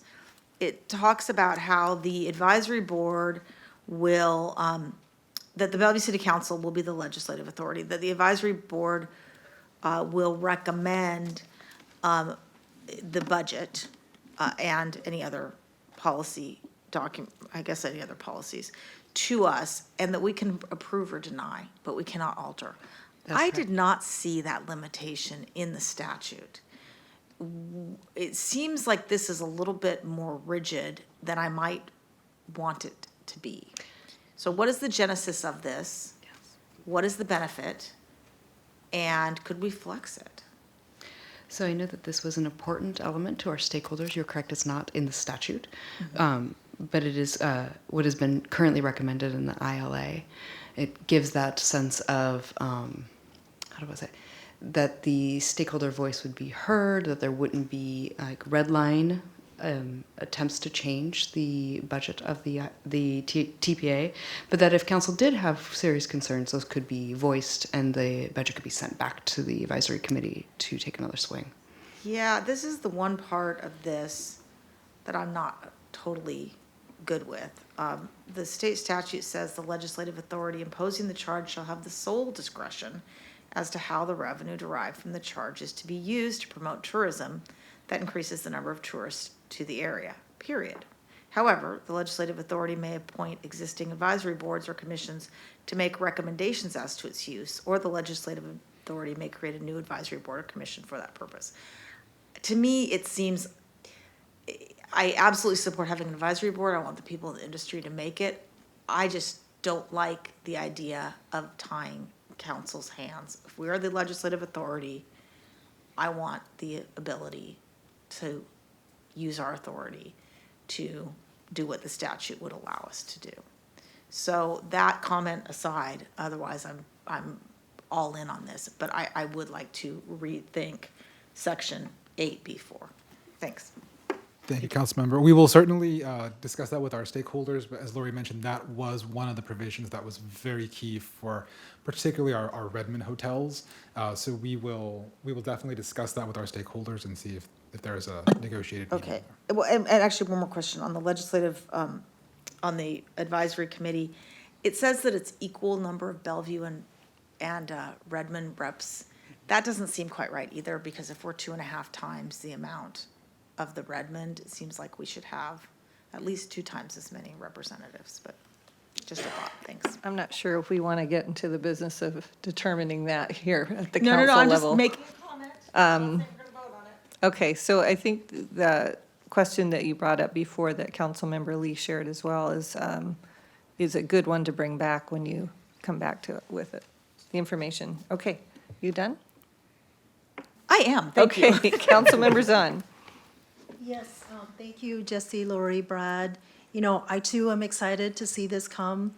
5 years in the making. I remember hearing about it when I was the liaison to the BCCA and understand that there were some hiccups, so we're a little bit slower. So I'm looking at that July 2023 date as the collection start date, and, you know, doing everything we can to make sure that we actually are underway, because tourism has come back, right? Our hotel occupancies are going up, and we want to leverage and take advantage of this very, very small, modest amount. We're talking about $2.50. And I have to say that since we made this decision, when I travel, I've been paying attention to my hotel bill. And, you know, to stay competitive, so many cities have a TPA of some kind where they're charging much more than $2.50. So I think that, you know, to me, this is a great opportunity to leverage. And what I read in the slides is this is a hotel initiated. So this was them saying, please, this is something that we want to do. And that's huge, right? So many times we end up as government making those tough choices about collecting fees. And this is the one where they're actually saying to us, this is an important element of how we stay competitive and be a destination city with all of the amenities. So I'm super excited to support this. I appreciate the comments about what the other tools might be. And I feel comfortable, having heard this the last couple of years and perhaps a little bit more as part of BCCA, that I understand the genesis of how we got to this point, and I'm comfortable with this approach. I like the fact that the money's being kept separate. We have an advisory board. And since I love food, the fact that we're developing a culinary destination, I'm there, right? Can we do more multicultural, small mom and pops, supporting the small business community, and doing it in a way that we're actually in partnership with the hotels in our area to make us even better? So I'm all into that. And I can appreciate the fact that if there was a way for us to absorb this cost ourselves and not have to take a 5% for our own cost recovery, and yet I think when I think about our tough conversations we've had with our own budget, it makes sense right now to do that. And if along the way we find that the administrative cost for us to do that is well less than the 5%, there's an opportunity for us to renegotiate or actually just have less amount that comes to the city. That would be my one question is, as we learn more over the 5 years, are there opportunities to amend the ILA to, look at some of these small tweaks? Because this is the first one we're gonna have, and so that would be my one question, and otherwise, I'm super happy with this. So currently in the ILA, the limit is to a total of 5%, so it wouldn't have to be the full amount. Okay, so it's not an automatic 5, it is an up to 5%. Okay. Then I'm happy with that. Thank you. Okay, great conversation. Is there direction? I move to direct staff to continue work on the Bellevue Redmond Tourism Promotion Area and return with an interlocal agreement for approval at a future meeting. Second? All those in favor say aye. Aye. All right, great. Let's take a break. We will resume at 5 till, 10-minute break.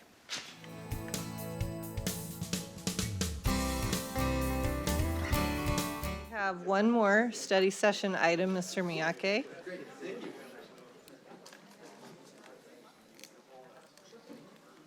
Mr. Miyake, we have one more study session item, I believe.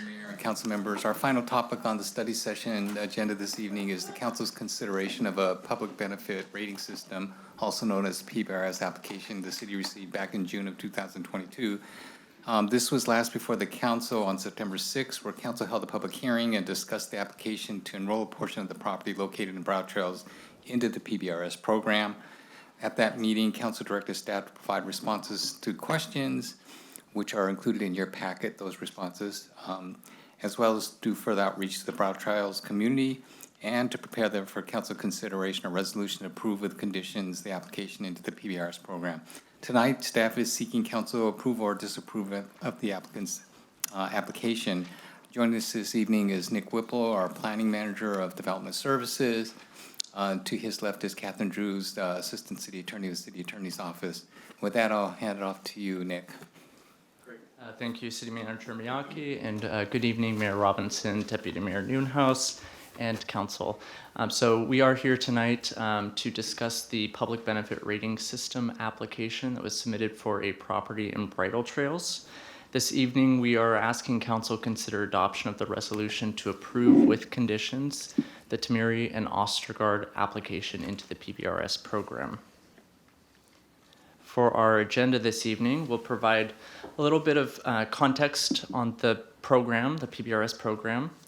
We'll also talk about the application process and then walk through the King County approval and discuss the decision options available to Council this evening.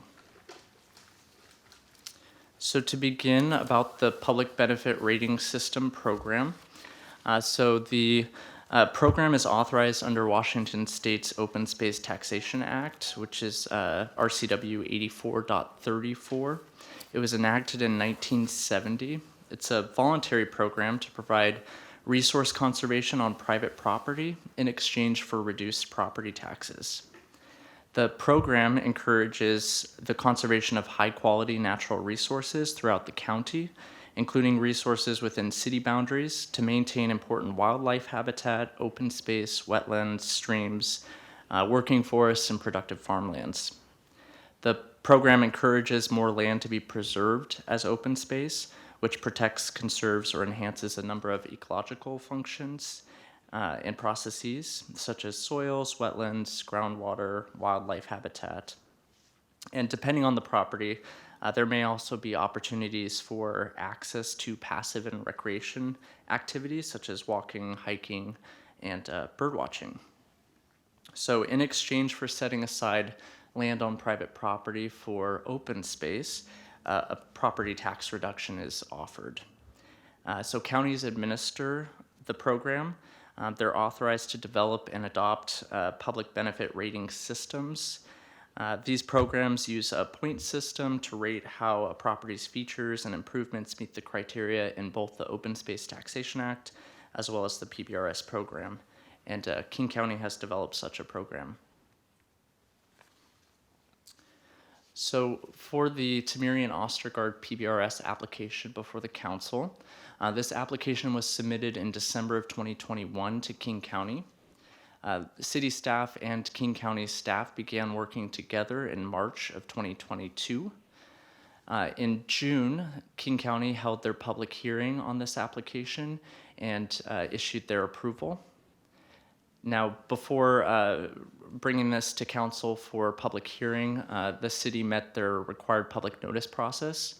Unlike a land use application, there isn't a requirement to notify a certain radius of where the application is applied for, but rather the notice is in a newspaper of general circulation. So a notice of the public hearing was provided in the Seattle Times. The City Council held the public hearing on September 6th, and between September 6th and tonight, we have had some engagement with the Bridle Trails neighborhood. So we've held 2 meetings with them, as well as exchanged numerous emails on this application and questions that they have related to this application. And then tonight we are here seeking council action on the application. And if the application is approved, then the open space taxation agreement would be drafted and signed, and the tax reduction would begin January of 2023. So because this application was submitted in an incorporated part of King County, so in the city of Bellevue, there are 2 joint granting authorities on this application. So both both King County and the city of Bellevue have to respond to this application. So King County's role, they administer the act, they create the PBRS program, including the resource categories and their corresponding points. The city of Bellevue does not have a PBRS program, so we consider the King County decision an approval. Both jurisdictions will review the criteria in the Open Space Taxation Act. King County is reviewing under the evaluation criteria in the PBRS program, which includes reference to the act. And then the city would consider the criteria in the Open Space Taxation Act. And then both jurisdictions will hold a public hearing and act. And the options are to approve, approve with conditions, or deny the application. So the criteria that the city will review in determining whether to approve or deny an application would require consideration of the resulting revenue loss or tax shift, as well as consideration of other criteria enumerated in the Act. And there are 9 criteria that can be considered when deciding how to act on an application. Several of the criteria do include mention of conservation and enhancement of natural resource and protection of open space, as well as protection of soil resources and native plant habitat, and the promotion of conservation principles. So to orient us with the site in question, so the Temerian Ostergaard property is located in the Bridle Trails neighborhood at 4277 137th Avenue Northeast. So the site can be divided up into 3 sections, essentially. So you have your eligible portion to the far left, highlighted in red, your conditionally approved portion, which is in the blue, and within the conditionally approved section, there is Section A and B. Section A is where there is a Puget Sound Energy easement area where they've got their power lines. There's also Olympic Pipeline Company that has some easement interest in that area. And then Section B is the more forested backyard area to the home. And then the ineligible portion is where the home is developed with a driveway, outbuilding, and is not eligible for enrollment in the program. So altogether, the conditionally approved area in the eligible portion is 1.1 acres in size. So beginning with the approval of the eligible portion that King County provided. So the eligible portion includes a 30-foot trail easement labeled the Bridle Trail on the plat, as well as a 16-foot portion adjacent to the trail. So altogether, that area is 0.23 acres in size. The categories that they were approved under are public recreation area and unlimited public access. And the tax reduction is a 50% reduction on the 0.23 acres. So the revenue impact associated with that tax reduction, it's a tax savings for the property owner of $278 annually and a revenue impact of approximately $28 to the city for that eligible portion. So the recreation area, these are some photos taken on a very nice day, not today, of the site. So it's showing the access points from Northeast 40th Street to the south, and then access from Northeast 50th Street to the north. There's also access to the east at 137th. The area contains a lot of large trees and native plantings. It's well used by people with horses or just enjoying the trail on foot. The unlimited public access category is warranted because of the recorded access easement and then the plat dedication of that easement.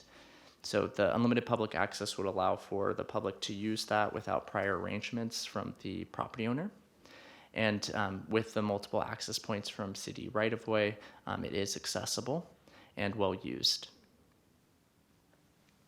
So moving on to the conditionally approved portion, in the blue area. So this was awarded, or enrolled rather, under the resource categories of urban open space and resource restoration.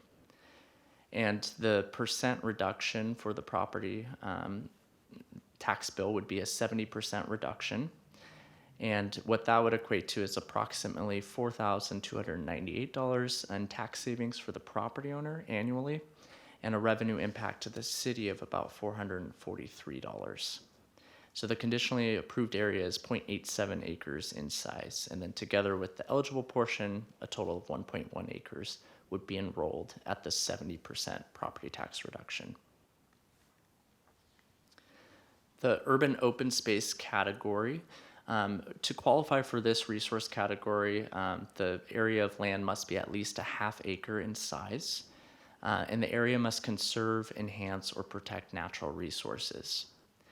The county further qualified it for resource restoration under the condition that they restore that area with native plantings. So the image that you're seeing on the right is of the backyard area where it's mainly grass. There is also some non-native plants in there, as well as some invasive species. So as a condition of approval, that area would need to be replanted. And then the section closer to the home where it's more forested, they would also have to do work there to ensure that any non-native species or invasive species were removed, and there would be some replanting of native vegetation in that area. And the idea would be to improve the health and diversity of those conditionally approved areas. So that brings us to our decision options available to the council tonight, where I will now turn the presentation over to Catherine Drews. Okay, thank you, Nick. Good evening, Mayor Robinson and council members. It's good to see you all again. As Nick had said earlier, that there is the criteria in the statute, and you have a couple options. If we have option A, which is to approve with conditions, as King County has proposed. You also could, with the additional conditions, and then, or B, council could, after consideration of the record, could consider whether the property should be, the application should be denied. The statutory criteria in the Open State Taxation Act states that you should consider that criteria when you're making a decision about whether the application should be approved or denied. So this is a legislative decision for the council to make. You have discretion, and you may, if there is a denial, that would need to be in writing, and we would ask you to provide direction to staff after your discussion and consideration. If there isn't a vote for an approval, that the resolution would need to be adopted tonight in order to make the timelines that Nick discussed earlier. Thank you. It's been a while. Well, that's what I just talked. So under option A, we would, the recommendation is to approve with the county conditions, and then to approve with staff recommended city approval conditions. Sorry. I apologize.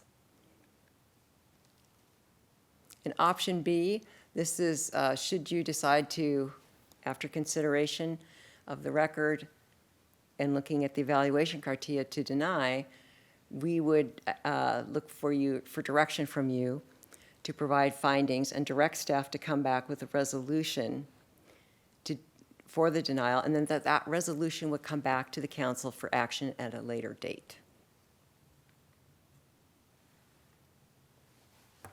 So with that, Mayor, we'll turn it back to you with the recommended action and discussion.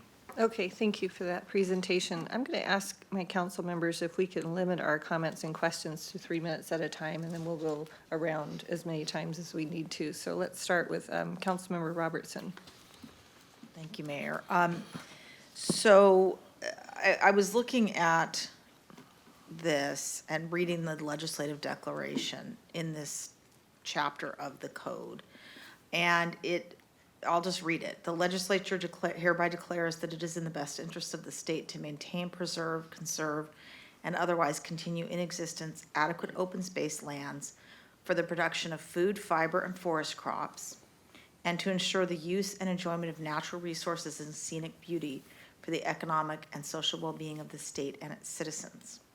The legislature further declares that assessment practices must be so designed as to permit the continued availability of open space lands for these purposes, and it is to the intent that this chapter so to provide. The legislature further declares it is its intent that farm and agricultural land shall be valued on the basis of their value for use as authorized by Section 11 of Article 7 of the Constitution of the State of Washington.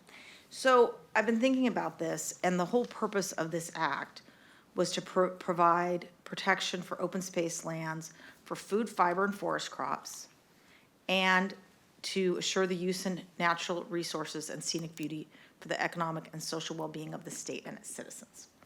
And then there's, of course, the farmland and ag land and forest land, which doesn't apply here. So this property is not outside the UGA. It's inside a city. It is developed as a single-family home, and it is built to the maximum extent it can be, and it is burdened by a trail easement that is already public and easements by gas and electricity. To me, this does not meet the criteria, or the criteria is weighed against granting this. Looking at the monetary impacts. We just finished a budget, and we see that we had to raise B&O taxes and property taxes to have a balanced budget. The forecast shows that we will have budget gaps in the out years. It does not make sense to me, nor is it in the public interest, to increase the budget gaps by granting this application.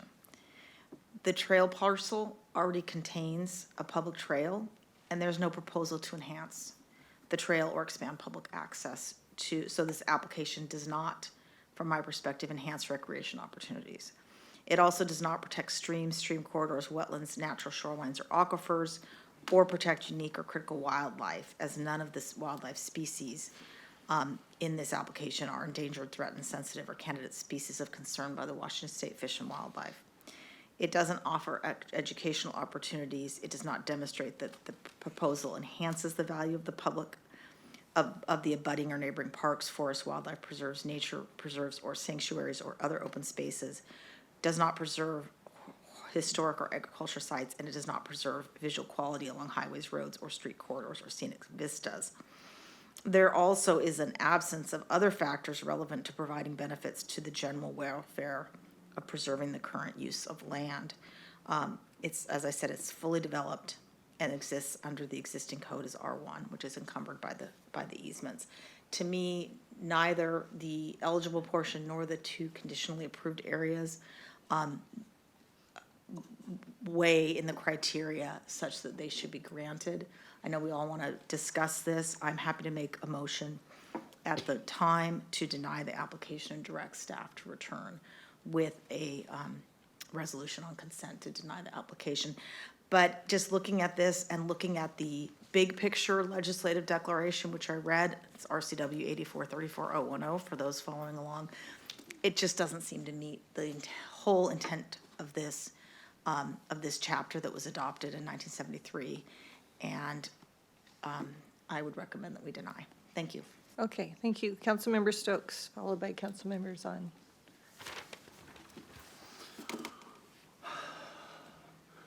No, I appreciate Councilmember Robertson reading over this and putting the context on this. I would really, really, really like to see something like this be in place. And I think from what I can tell, everybody's attitude and goal on this is positive. The difficulty is this is to put it lightly, a kind of a complexly not necessarily all connected and lack of clarity in terms of what the goal is and the different pieces in it. And we also don't have a lot of information about it. We hear from people that only 2 or 3 of these have been done. They're not done in the city, these kind of things. And, that's people's observations. On the other hand, apparently there are quite a number of these around the state. We don't have information on that and how it would work. I agree with most of what Councilman Robertson said in terms of the context as it was done at that time. But I think there's enough language in there in terms of preserving not just big pieces of land, but different types of land. But the problem, I think, is that it's very difficult to parse that out and see how that would work and the benefits, and it needs more clarity and more to make it positive in terms of what needs to be done and how it could be done in the long run. And there was a lot of confusing language when we got this presented to us about the requirements that were being made, and then how are you going to check up on those? Oh, kind of, well, we don't, and that kind of thing. So it just feels to me something that there's a good goal here. There's a good process. I mean, not process. There's a good picture here, but it's not in place. And the best thing we could do at this point is not to pass this and then have to work with all these different issues on it. I think it'd be more complex going into it. And I don't know that the county actually did, from what I heard from them, was pretty straightforward and didn't really get to it. We're just missing some real important parts of this. So I would find it difficult to approve it at this time, but I would like to see two things. One, us take a look at, and if they're still, the owners are still interested in doing this. And again, I can't think for the money involved, it's not for that. It's because they do have, I think, a sincere desire to improve and preserve the land. And also get a better understanding of what this is all about, because I think we're going to get more requests for this. And I think it's something to look at that could be of benefit. And just to say, well, this doesn't fit this time and just forget about it, I think would be a mistake. I think we've been presented with an opportunity to look at a potential tool to help us. And we talk all the time about wanting to preserve our, the forest, preserve the trees, do this, enhance the land. And this appears to be a tool that could help us in that. I just don't think we're ready for that. This has gone too quickly, and we're still getting information in. And I think, so on that basis, I'm kind of reluctantly, though, because I think the overall goal and attitude is good, will vote to not approve it now, but will ask that we don't just forget about it, and that if, and I know there are other people interested in this too, if the landowners are interested in doing this type of thing, let's work with them and see if we can't do something that will actually meet and cure some of the issues that Councilmember Robertson's brought up. Okay, thank you. We'll give them time to finish writing, and then Councilmember Zahn.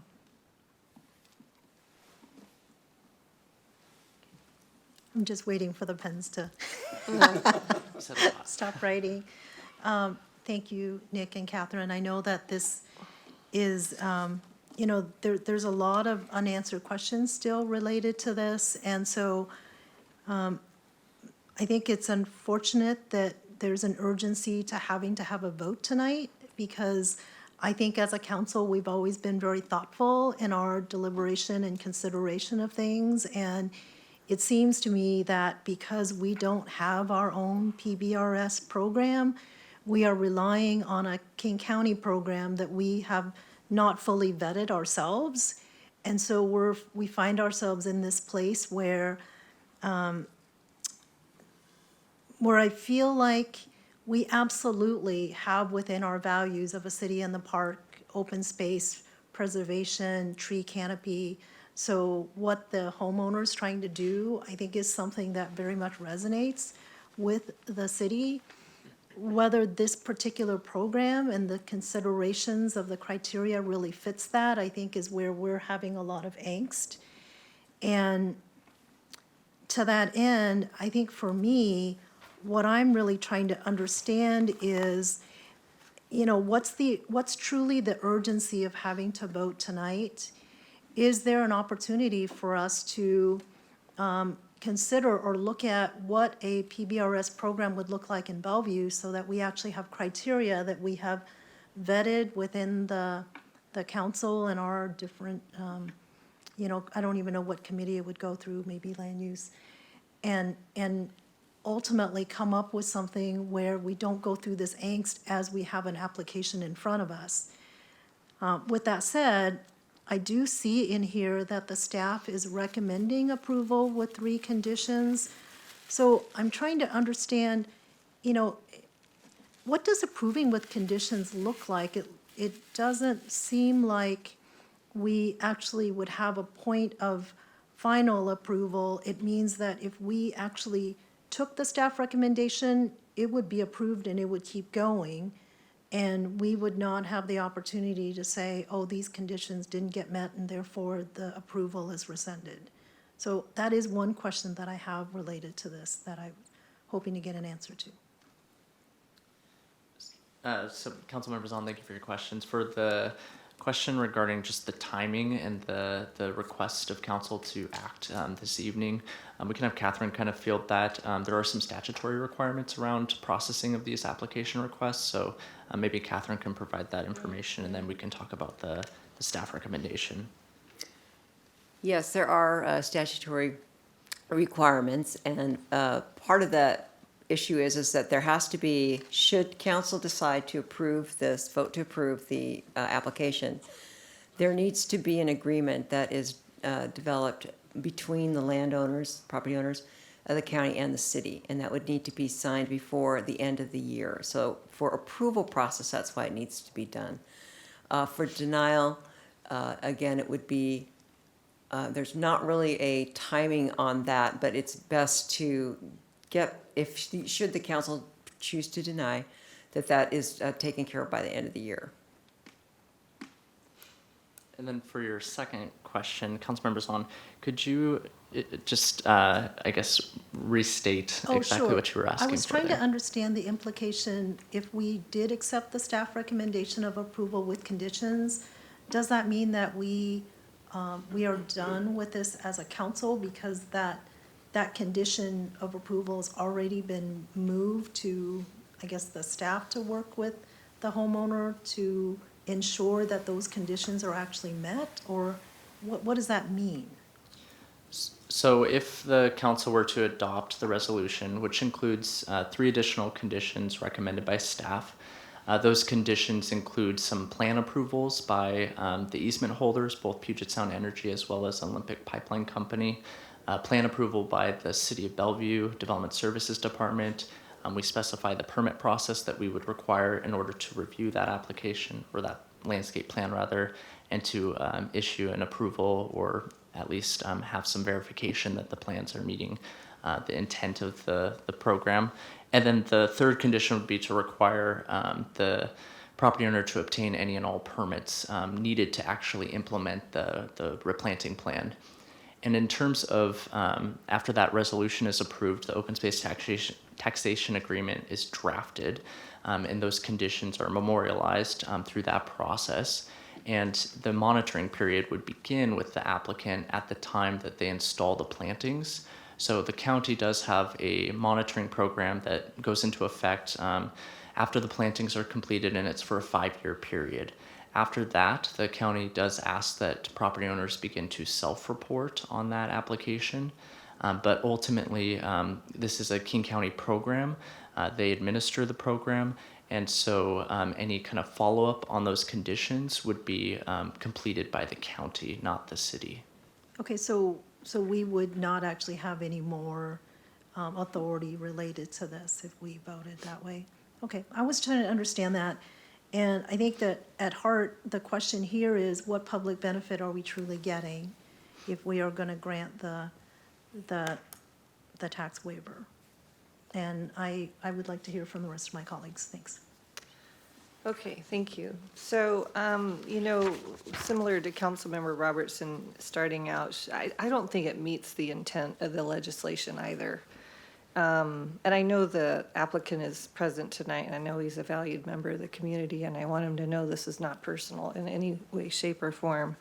But in looking at this application and even the law as it was written, the application of it to this size of a property and what the ultimate value is to the public and to the state, I don't think it meets that. And I'm concerned about uniformity of taxation. That's a value that in a law that our state has, and I think it challenges that. I do have 2 questions. I wonder, did the applicant submit their restoration plan by November 1st, 2022? And can the applicant reapply after tonight regardless if we vote no? So Mayor Robinson, to the question regarding the landscape plan, so the condition that King County had provided in their report was the landscape plan shall be submitted by November 1st. Given that the application is still being processed, the county was flexible in allowing them to submit that at a later time. We have since received a very preliminary draft of the landscape plan. I believe that was submitted last week by the applicant. So that is in our we have that. And then for the other question, which... Can the applicant reapply if we vote no tonight? Catherine. Yes, the applicant can reapply. The regulations are that they have to wait 365 days from the date of the original application. Okay, well, that answers my questions. Let's see, Deputy Mayor. Thank you, Mayor. Nick and Catherine, thanks so much for the presentation. I know, and Liz as well, and I don't think she can be here tonight, but I know this kind of came out of nowhere, and you did a lot of work to get boned up on this issue. I don't think anybody on city staff really ever has addressed this previously, so thank you for all your hard work. As the mayor and Councilmember Robertson said, I also don't feel this meets the criteria. I don't think this meets the intent, and I'll spare everybody listing all the reasons why, but top of line for me, not the intended use from the state. And I don't think this is as the mayor mentioned, I'm concerned about not an equitable approach to taxation in our city. I'm concerned about tax revenues coming into our city, especially after just gone through another grueling budget process, and that this could affect or potentially impact declining tax revenues into the city. So, but I also appreciate the fact that we are that city in a park, that we do take environmental stewardship very seriously.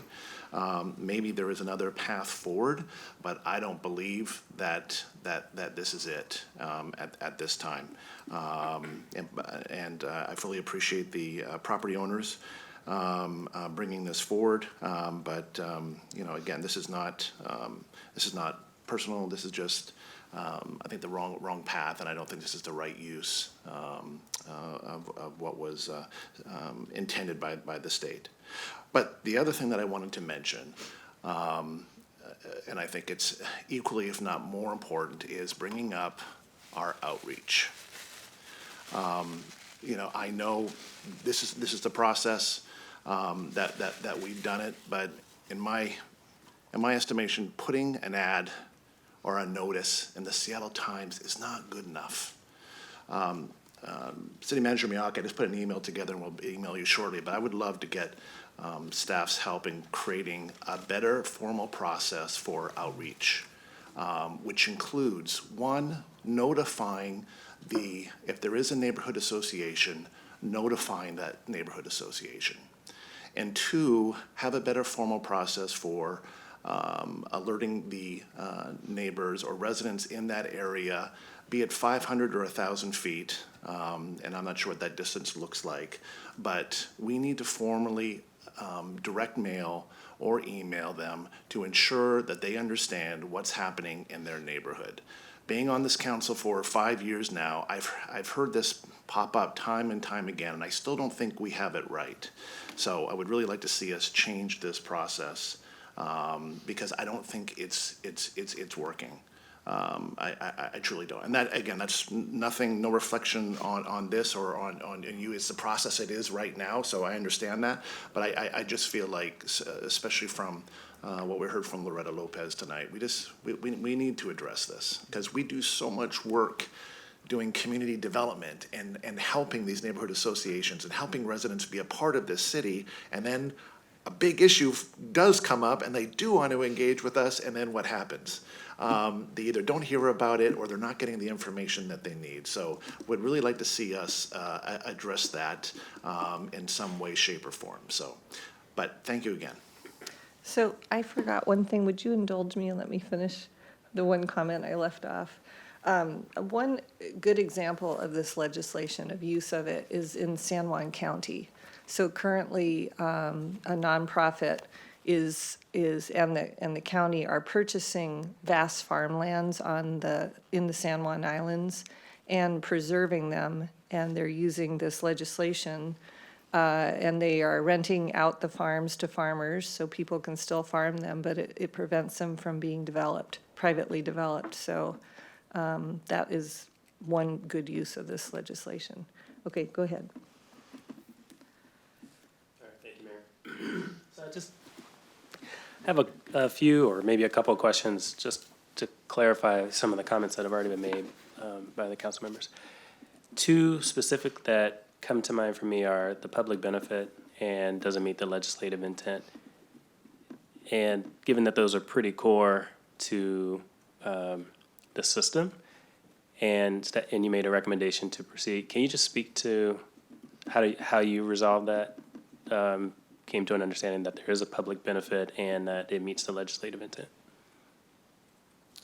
So Councilmember Barksdale, thanks for the question. For the staff analysis, we did review the King County approval and decision, which provided a pretty extensive kind of look into how it might qualify for some of these open space resource categories and what the benefits are associated with those resource categories. So staff took that decision into consideration. We also conducted that site visit, took a look at the surrounding properties, saw the condition of some of the properties to the north and to the south where they are developed with maybe some outbuildings or some hardscape or non-native plantings. And so recognizing that the approval that King County offered would restore much of that area with native plantings.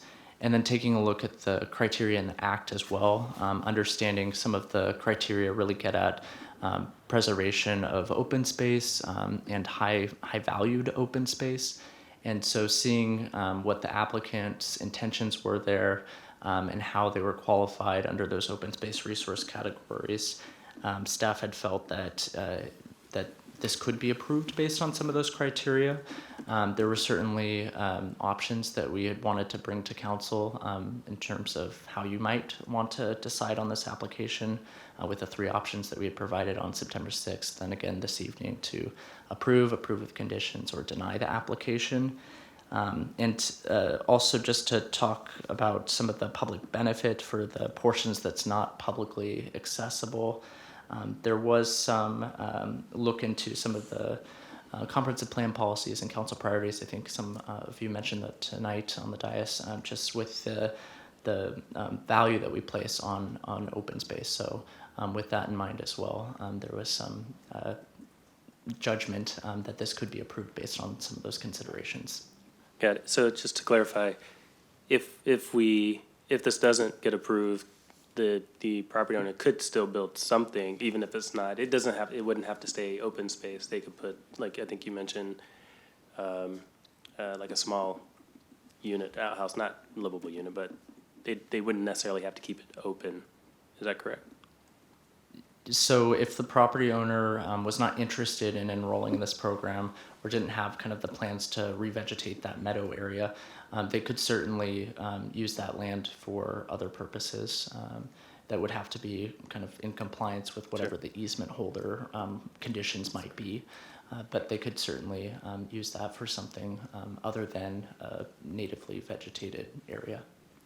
Can I clarify? Are you asking if it was approved, if they could do that? No, if it was not approved, okay. And last question, and then I'll just give my thoughts. So this is about the PBRS, and if we were to approve this tonight, this would be one property, one instance, and then we could still improve the PBRS system. Just responding to, I guess, the idea that we could, the delay to build out the PBRS versus, let's say, we approve this one, and then we could still make improvements to PBRS. Is that accurate? So if the council were to approve enrollment of this property in the PBRS program, then that property would be on its way under its own separate agreement. Any kind of subsequent action the council would like to take to clarify the process or make improvements or suggestions of improvements, this property owner would not be subject to any of that. I think, and in the list of criteria, it said it didn't need to meet all the criteria. I do think it meets the one around conservation, especially given the owner could use the property in a different way than what would be required if they did enroll in this program. And as has been mentioned, it aligns with our ESI goals. I think for this particular property, and sounds like there isn't broad use of it from what I understand in other areas. The tax implications are marginal based on what I've seen in the packet. So I would be inclined to support it. Thanks. Thank you. Councilmember Lee. Thank you, Madam Mayor.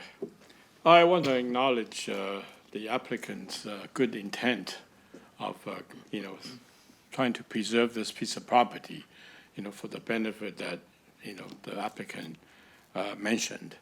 But based on the, what Councilmember Robertson and Mayor and Deputy Mayor have articulated and the reasoning that they provided, I don't believe that this really fits the criteria overall. I think in addition, I believe that I'd like to add another question to you. Because the city has RCW listed a bunch of, conditions. Whether, costs and benefit, that's the key, because we're talking about public benefit. So public benefit means what can we do with this piece of property now and in the future? Now we can see that if we can preserve it for green open space, that's a benefit. However, by foregoing it as open space, we may forego in the future use of this piece of property, and the future costs of this property, and future value of this piece of property, which we don't know. But I believe that it has to be relevant. And so the point that I'm trying to emphasize is that this is the rule that was made, provided 50 years ago. This first application. So I think there's some question about the need of the community, which means the benefit for the community. Otherwise, we'll be really looking at and would appreciate the applicant's good intention to we will seize on it. But I think our debate doesn't seem to really be the case.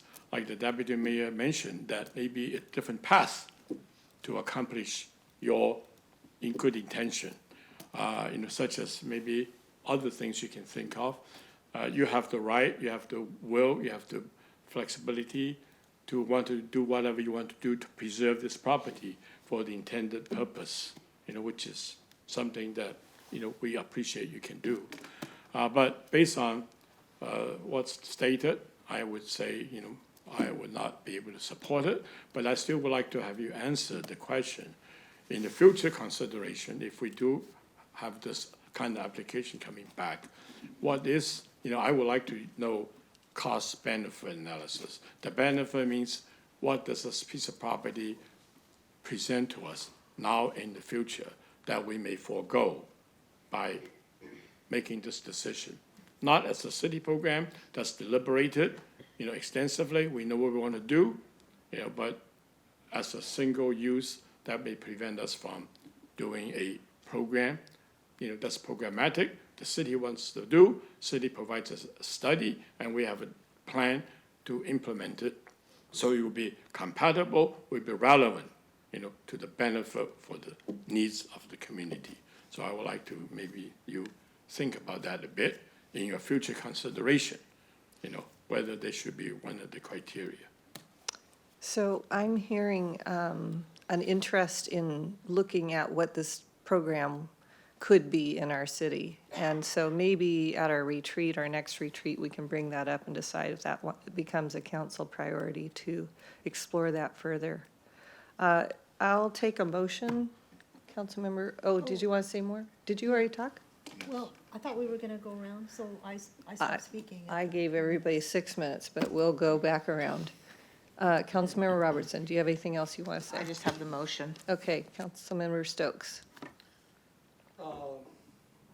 I still think we're bouncing this around in a way that's not very helpful. And, the comment about the beneficial use, the city buys property all the time and uses it for use that could have been more if somebody built a big house on it, that type of thing. It's the use, the thing we're interested in, we spend a lot of time working on is how do we continue to save and beautify the city, and we want open spaces, and we have people coming down here all the time talking to us about preserving trees, about preserving space. We have an opportunity to help do that, and we kind of, we're not quite ready for that. And that concerns me. And I think as the conversation has gone on here, The reality is, it's a difference, and it's just like going to court. You have two attorneys. One attorney says that this is the law. The other attorney says, no, this is the law, or this is what's accurate or not. So it's not a absolute, completely obvious thing.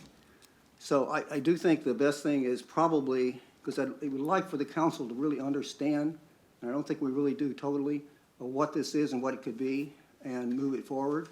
I know it's not going to be voted favorably tonight, and it kind of bothers me to not support the overall goal of this, and it's easy to, but at the same time, I think that this is just not the time to move this forward. But I think we could if we did it, but we don't want to right now. Well, then you should be glad that we're going to take it up at the retreat, not just abandon it.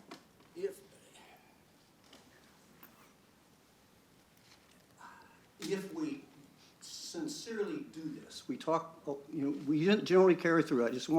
I think we have an opportunity, here's my point, we have an opportunity, one, to get some of the contradictory opinions or what this is. I think that it's very clearly we can find a way to use this. It's been done more, it's not just one time. This is the only time we've had. It's been done a lot of places in this state, in the city, in the county. In farmland, yes. Not necessarily all farmland. That's not accurate. We haven't looked. See, that's the problem. We get a piece, and there are other things that have been done. In fact, a couple of people have mentioned them. And I think, the staff has looked at some of those. It's not just farmland. Okay. And it doesn't have to be. Let's not Bicker bicker here. No, I'm not bickering. I'm just saying why. It's a complex issue. And I'm It trying is to a get to what complex I issue. will feel comfortable in doing this, that's the best way I see it. I think we have an opportunity here to do something really good. We're just not there. Okay. So. Councilmember Zahn. Yes, thank you. I did have a question. So if the city does develop our own PBRS system, does that mean that any applicants would not go through the King County system because we have our own? That's a good question. The state statute authorizes the counties to develop the public benefit rating system. That is, the authority is given solely to them. So we would not be authorized, the city would not be authorized under this, is not authorized under the statute to establish a PBRS program. Okay, so what I hear you saying is that King County is the only one that can develop the criteria, which is what we use to vet this applicant. No, the No. criteria, this is a unique situation because the property is located in an incorporated area. So King County has reviewed the application pursuant to its PBRS program. The statute says the city also needs to review and under the criteria in the statute and to determine whether the application should be approved or disapproved. So the cities have the criteria that is set forth in the statute, and that is what you will use when making your decision. There will not be a separate PBRS program down the road. Okay, so we couldn't develop our own PBRS system as a replacement for the county. We have to use the county's PBRS system. No. No, I'm just trying to understand. Yeah, no, I understand. No, so the statute gives a specific authority to the county to develop the public benefit rating system and to administer the program. The statute does not give jurisdictions the authority to do the same. So the statute, gives you the authority to look at the decision criteria that are in the statute itself. Okay. So what we've been, and the reason I'm trying to clarify is we've had some conversations about whether we should be looking at our own PBRS or our own criteria or how we actually consider these applications. Because what I'd hate to have happen is other people thinking, oh, here's a PBRS, we want to apply because we want to, have open space restoration and tree plantings and have to go through this again of the ambiguity of what, or us trying to figure out what we consider and how we get to a yes or a no. So it sounds like the idea that we would develop our own PBRS is not on the table. We have to use the county's one, No, but we could we decide how don't we. use the counties, we use the state. We interpret the state's legislation. The county uses their own PBRS criteria. What the city could do is develop a process for reviewing these applications. Okay, That's the one thing, you know, that this is being the first one that the city has received. There was not a written process in place, so we relied heavily on the statute and the implementing regulations from the Department of Revenue. okay, that's Okay. helpful, thank Yeah. you. I guess I didn't ask my question very well, so now I understand. We That's can great. develop our own process for how we process the PBRS that would include notification to neighbors, which publications it gets Exactly. published in, where we get public comments, how we deliberate, and what we actually consider, so that we don't end up with another applicant that is trying to follow what the rules say, but we're trying to actually have a discussion on something that's brand new to us, because I do think at heart, what the applicant's trying to do fits with the values we say that we care about, and yet what I'm hearing is that it's the process that is likely going to create an issue for us about, you know, whether this one is the right one, what have we heard from the neighbors, and so it's, yeah, unfortunate we're in this spot, thanks. And I appreciate your clarification, Councilmember Zahn. Deputy Mayor, No further comments. Councilmember Barksdale. Thank you. The only thing I'll say is, I think we can do both and. I think we can approve this one and refine our process. Otherwise, I feel like having that discussion around improving our process is kind of theoretical. I think, you know, having this as a base case is a really good start to having that conversation. Thank you, Madam Mayor. I think this is an interesting and good conversation. You know, when I first looked at it, I didn't understand it, but I had opportunity to talk to the staff. So I think I have a better appreciation, as Councilmember Zahn just found out. I believe that we could have avoided the discussion with this confusion at the council level if we had taken the time, had the staff talk to us, briefed us, understand better. So after all that's said, and I agree with one thing I didn't emphasize is I agree with Deputy Mayor's comment about the outreach. I think we still need to do more because of this, you know, information we're getting. Some people actually speak at this earlier, says they were not able to get reply from the city staff. So I'm not going into it, but that's a reflection of maybe we need to do more. Otherwise, I'm ready for any motion on this topic, and I'm ready to vote. Councilmember Robertson, would you like to make your motion? I will, thank you, Mayor. I move to deny the application and to direct staff to return on consent with a resolution of denial based upon the following statutory factors.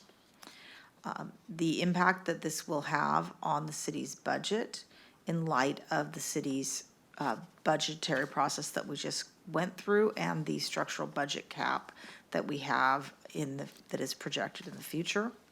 The trail parcel already containing a public trail, and that there is no proposal to enhance that trail or expand public access, so that this application does not enhance recreation opportunities. The proposal does not protect streams, stream corridors, wetlands, natural shorelines, or aquifers. The proposal does not protect unique or critical wildlife, as none of the wildlife species in the application are endangered, threatened, sensitive, or candidate species of concern by the Washington State Department of Fish and Wildlife. The proposal does not offer educational opportunities. The record does not demonstrate that the proposal enhances the value to the public of abutting or neighboring parks, forest, wildlife preserves, nature reserves, or sanctuaries or other open spaces. The proposal does not preserve historic or archaeological sites. The proposal does not preserve visual quality along highways, roads, or street corridors or scenic vistas. And that there is also an absence in the proposal of other factors relevant to providing benefits to the general welfare of preserving the current use of land, which in this case is a fully developed exists under the existing land use code of R1 and encumbered by Olympic Pipeline and PSC easements. Second.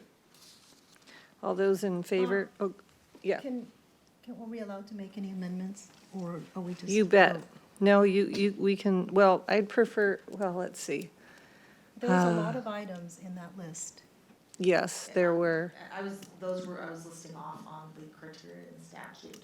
We have to provide criteria by which we deny it, so.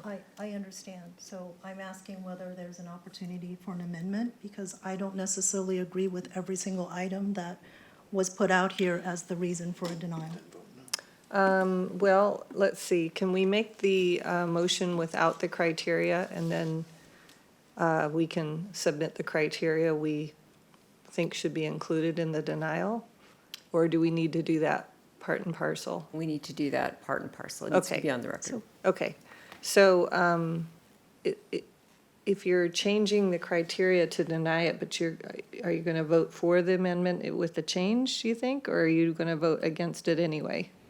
Well, I would like to vote in support, but when I hear all the reasons for the denial, I don't support every one of the ones that has been put out there. And I'm concerned about a record that has the resulting revenue loss as an item for the denial, when I don't believe in this particular case that that is the case. Okay. And I'd like the opportunity to. Well, let's go give everybody a chance then to comment. So I'll start with Councilmember Stokes and then you. You've heard the motion. I've heard the motion. I'm thinking, if you don't criteria. mind. No, I I'm not understand. just Yes, talking ma'am. to you, Councilmember Stokes. I'm am. talking to everybody. Okay, all right. Sound like, huh? What's that? I need to go to the bathroom. How long are we going to talk here? For about Probably a 15 while. You minutes. can go take a break. Okay, I'll be right back. Go ahead, Councilmember Stokes. Well, this is, so legally, what is the minimal amount that needs to be stated in a motion? It seems to me we can just do it with just saying it doesn't meet the necessary criteria. We can be, you don't have to go through all of this stuff. I do think that. That completely blanked any thought I had of approving this, because I think it's just not necessary. So what is legally, I'd like to know, what is the minimal we have to put in this? Can't we just say we, I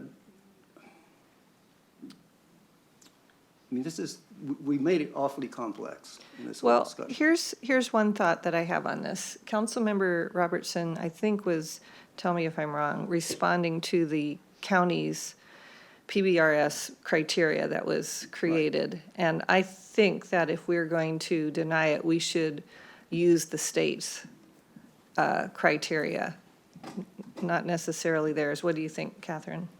We should use the state criteria. That is the criteria for you to review. I believe that what Councilmember Robertson, from what I've heard, was stating, that is the criteria that's set forth in the statute. Oh, it is for the state, okay. Because when I'll wait for my turn. Yeah, I just find that including a lot of those I disagree with. I don't think they're actually, I don't know how anybody could vote for that because it's not accurate, but that's the dilemma. So what Okay. is the minimal amount we could put in that to deny it? You could use, the statute says, and I'm going to read it right here, is that when you make this determination, you should, whether it should be approved or disapproved, you can take notice of the benefits to the general welfare of preserving the current use, and you shall consider, and then the resulting tax revenue, and then the 9 different criteria under the statute. There is no requirement for a number here set forth. Your decision needs to be based on the record before you, and your discussion and determination about how the application does or does not meet the state criteria? I think Councilmember Zahn has some ideas, so shall we listen to her concepts and then come back? Go ahead. Yeah, no, thank you, Councilmember Stokes. I think that this is part of the, as I listen to all the reasons why, I'm concerned about a record that essentially says that $443 per year of revenue loss is unacceptable when how much money do we spend to buy a tree that we then donate to the community to plant trees? And so I'm concerned about a record that shows that as a reason for denial in this particular case. There may be other cases in the future where the revenue loss would be of significant level. And then B1 and 3 talks about conserve natural resources, protecting critical wildlife habitat. And what I'm hearing is that that is what the applicant is intending to do. So I'm also concerned that if those are listed as the reasons for the denial, I'm not on board with having that entire thing listed of every single one of these items, because I don't believe that for this particular applicant, that those are what I would vote for. So I'm concerned about those 3 statements that were made for a denial. So I'm not an attorney, I'm a physical therapist, but I look at the state legislation and I feel like I could come up with a reason to deny based on that. So here's my stab at it. The legislature hereby, this is what is stated by the state. The legislature hereby declares that it is in the best interest of the state to maintain, preserve, conserve, and otherwise continue in existence adequate open space lands for the production of food, fiber, and forest crops, and to assure the use and enjoyment of natural resources and scenic beauty for the economic and social well-being of the state and its citizens. I don't think it meets that criteria. So I would say it does not maintain, preserve, conserve, or otherwise continue in existence adequate open space lands for the production of food, fiber, and forest crops.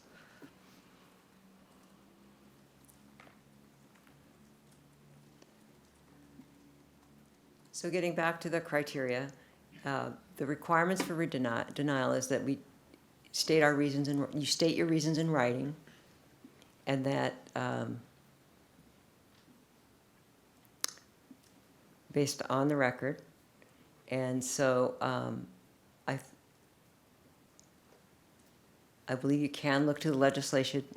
You should look to the legislative declaration for what the purpose of the act is. However, your focus I would recommend that your focus be on the criteria that is in the statute, because that's where you have been directed by the state legislature about how to make decisions about whether to approve or to approve. And I would like to remind you that this is a legislative decision.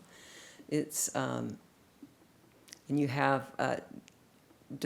discretion, and the state recognized that by using, the term should approve or should deny. That gives you the discretion to make decisions based on your review of the record, the comments, et cetera, that you have before you tonight, and also that we did in September. So given the feedback you received tonight, what language would you recommend that's consistent with our arguments against approving this, that is consistent with the statute? I recommend that we work with the motion that Councilmember Robertson did. And I want to also remind the council that some of the discussion that we had tonight was not focused on the criteria, and that would not be bases for a denial. Right. So your job is to direct staff, give staff the direction of your reasons for the denial so that they can come back to you with a resolution. And then should you vote to deny? Okay. All right. Well, that was mine. Okay. Deputy Mayor. No other comments. I think I'm ready to vote on this, but just for the record, it would not just be a reduction of $400. It would actually be a reduction of $4,500, close to a third of the tax properties. And I don't think we're concerned about necessarily about just one applicant, but many more applicants that potentially could follow this applicant that would have an impact on the budget. So just wanted to clarify that. Thank you. Councilmember Barksdale. Looks like staff was about to, did you have a response? I just wanted to remind council that we are, your review is focused on the application that's before you Yeah, tonight. just the one. No further questions or comments? Thank you. Councilmember Lee. I'm ready for a vote. Okay. All right. So as I understand it, if we vote for the motion, you will look at our reasons for denying it and craft something that is consistent with the statutes. That is And bring it back correct. to us. Okay. Okay, so we're not voting on the exact wording that Councilmember Robertson said? Just want to be clear. Councilmember Robertson has providing staff with direction and findings about the application. We will work with the direction we receive from the council to draft a resolution that's consistent with the direction we were provided. So we're giving you, so the resolution will come back and we will vote on the resolution that you create? We're just providing direction tonight? Correct. Okay, and we have time to do that? In our remaining council meetings and the timeline that we? Okay, perfect. Yes, Councilmember Zahn. So one more time, I just want to be really okay. clear. When we vote, we are not voting on all of the reasons that Councilmember Robertson gave for the denial. That was essentially just the whole list. That if this passes, the reasons are going to be based on what you heard us talk about, including the areas of disagreement. No, that's not the case. Yeah, no, we will take the direction that whatever the motion says and council has directed staff to do is what we will go return and do and then come back to you with a resolution for consideration at a later date. And can I ask for a clarification on the $443? Because that's what it says in my packet. Yes, so the council members on the $443, I believe that's the revenue impact to the city. The property owner would receive tax savings of about $4,300, or I'm forgetting the number that Deputy Mayor mentioned. But that would be what the property owner would receive in terms of a tax reduction. But the city share, we would be receiving, or the revenue impact would be $428 less, or whatever that figure is. I don't have it directly in front of me. Yeah. A Okay, year. so it is I'm just confirming it is truly to the city of Bellevue, 400 and some dollars. Yeah, $443.21 is the approximate estimate of what the city's revenue impact would be. So that's how much less we would receive annually. Plus the 28 from the other portion. Okay. And the vote that we're taking is Councilmembers Robertson's proposed language as stated, including all of the whole list. That's Yes. correct, right? Well, Okay. that's what I understand, and that is addressing the criteria that are in the statute. Okay, thank you. I understand now. Yeah, okay.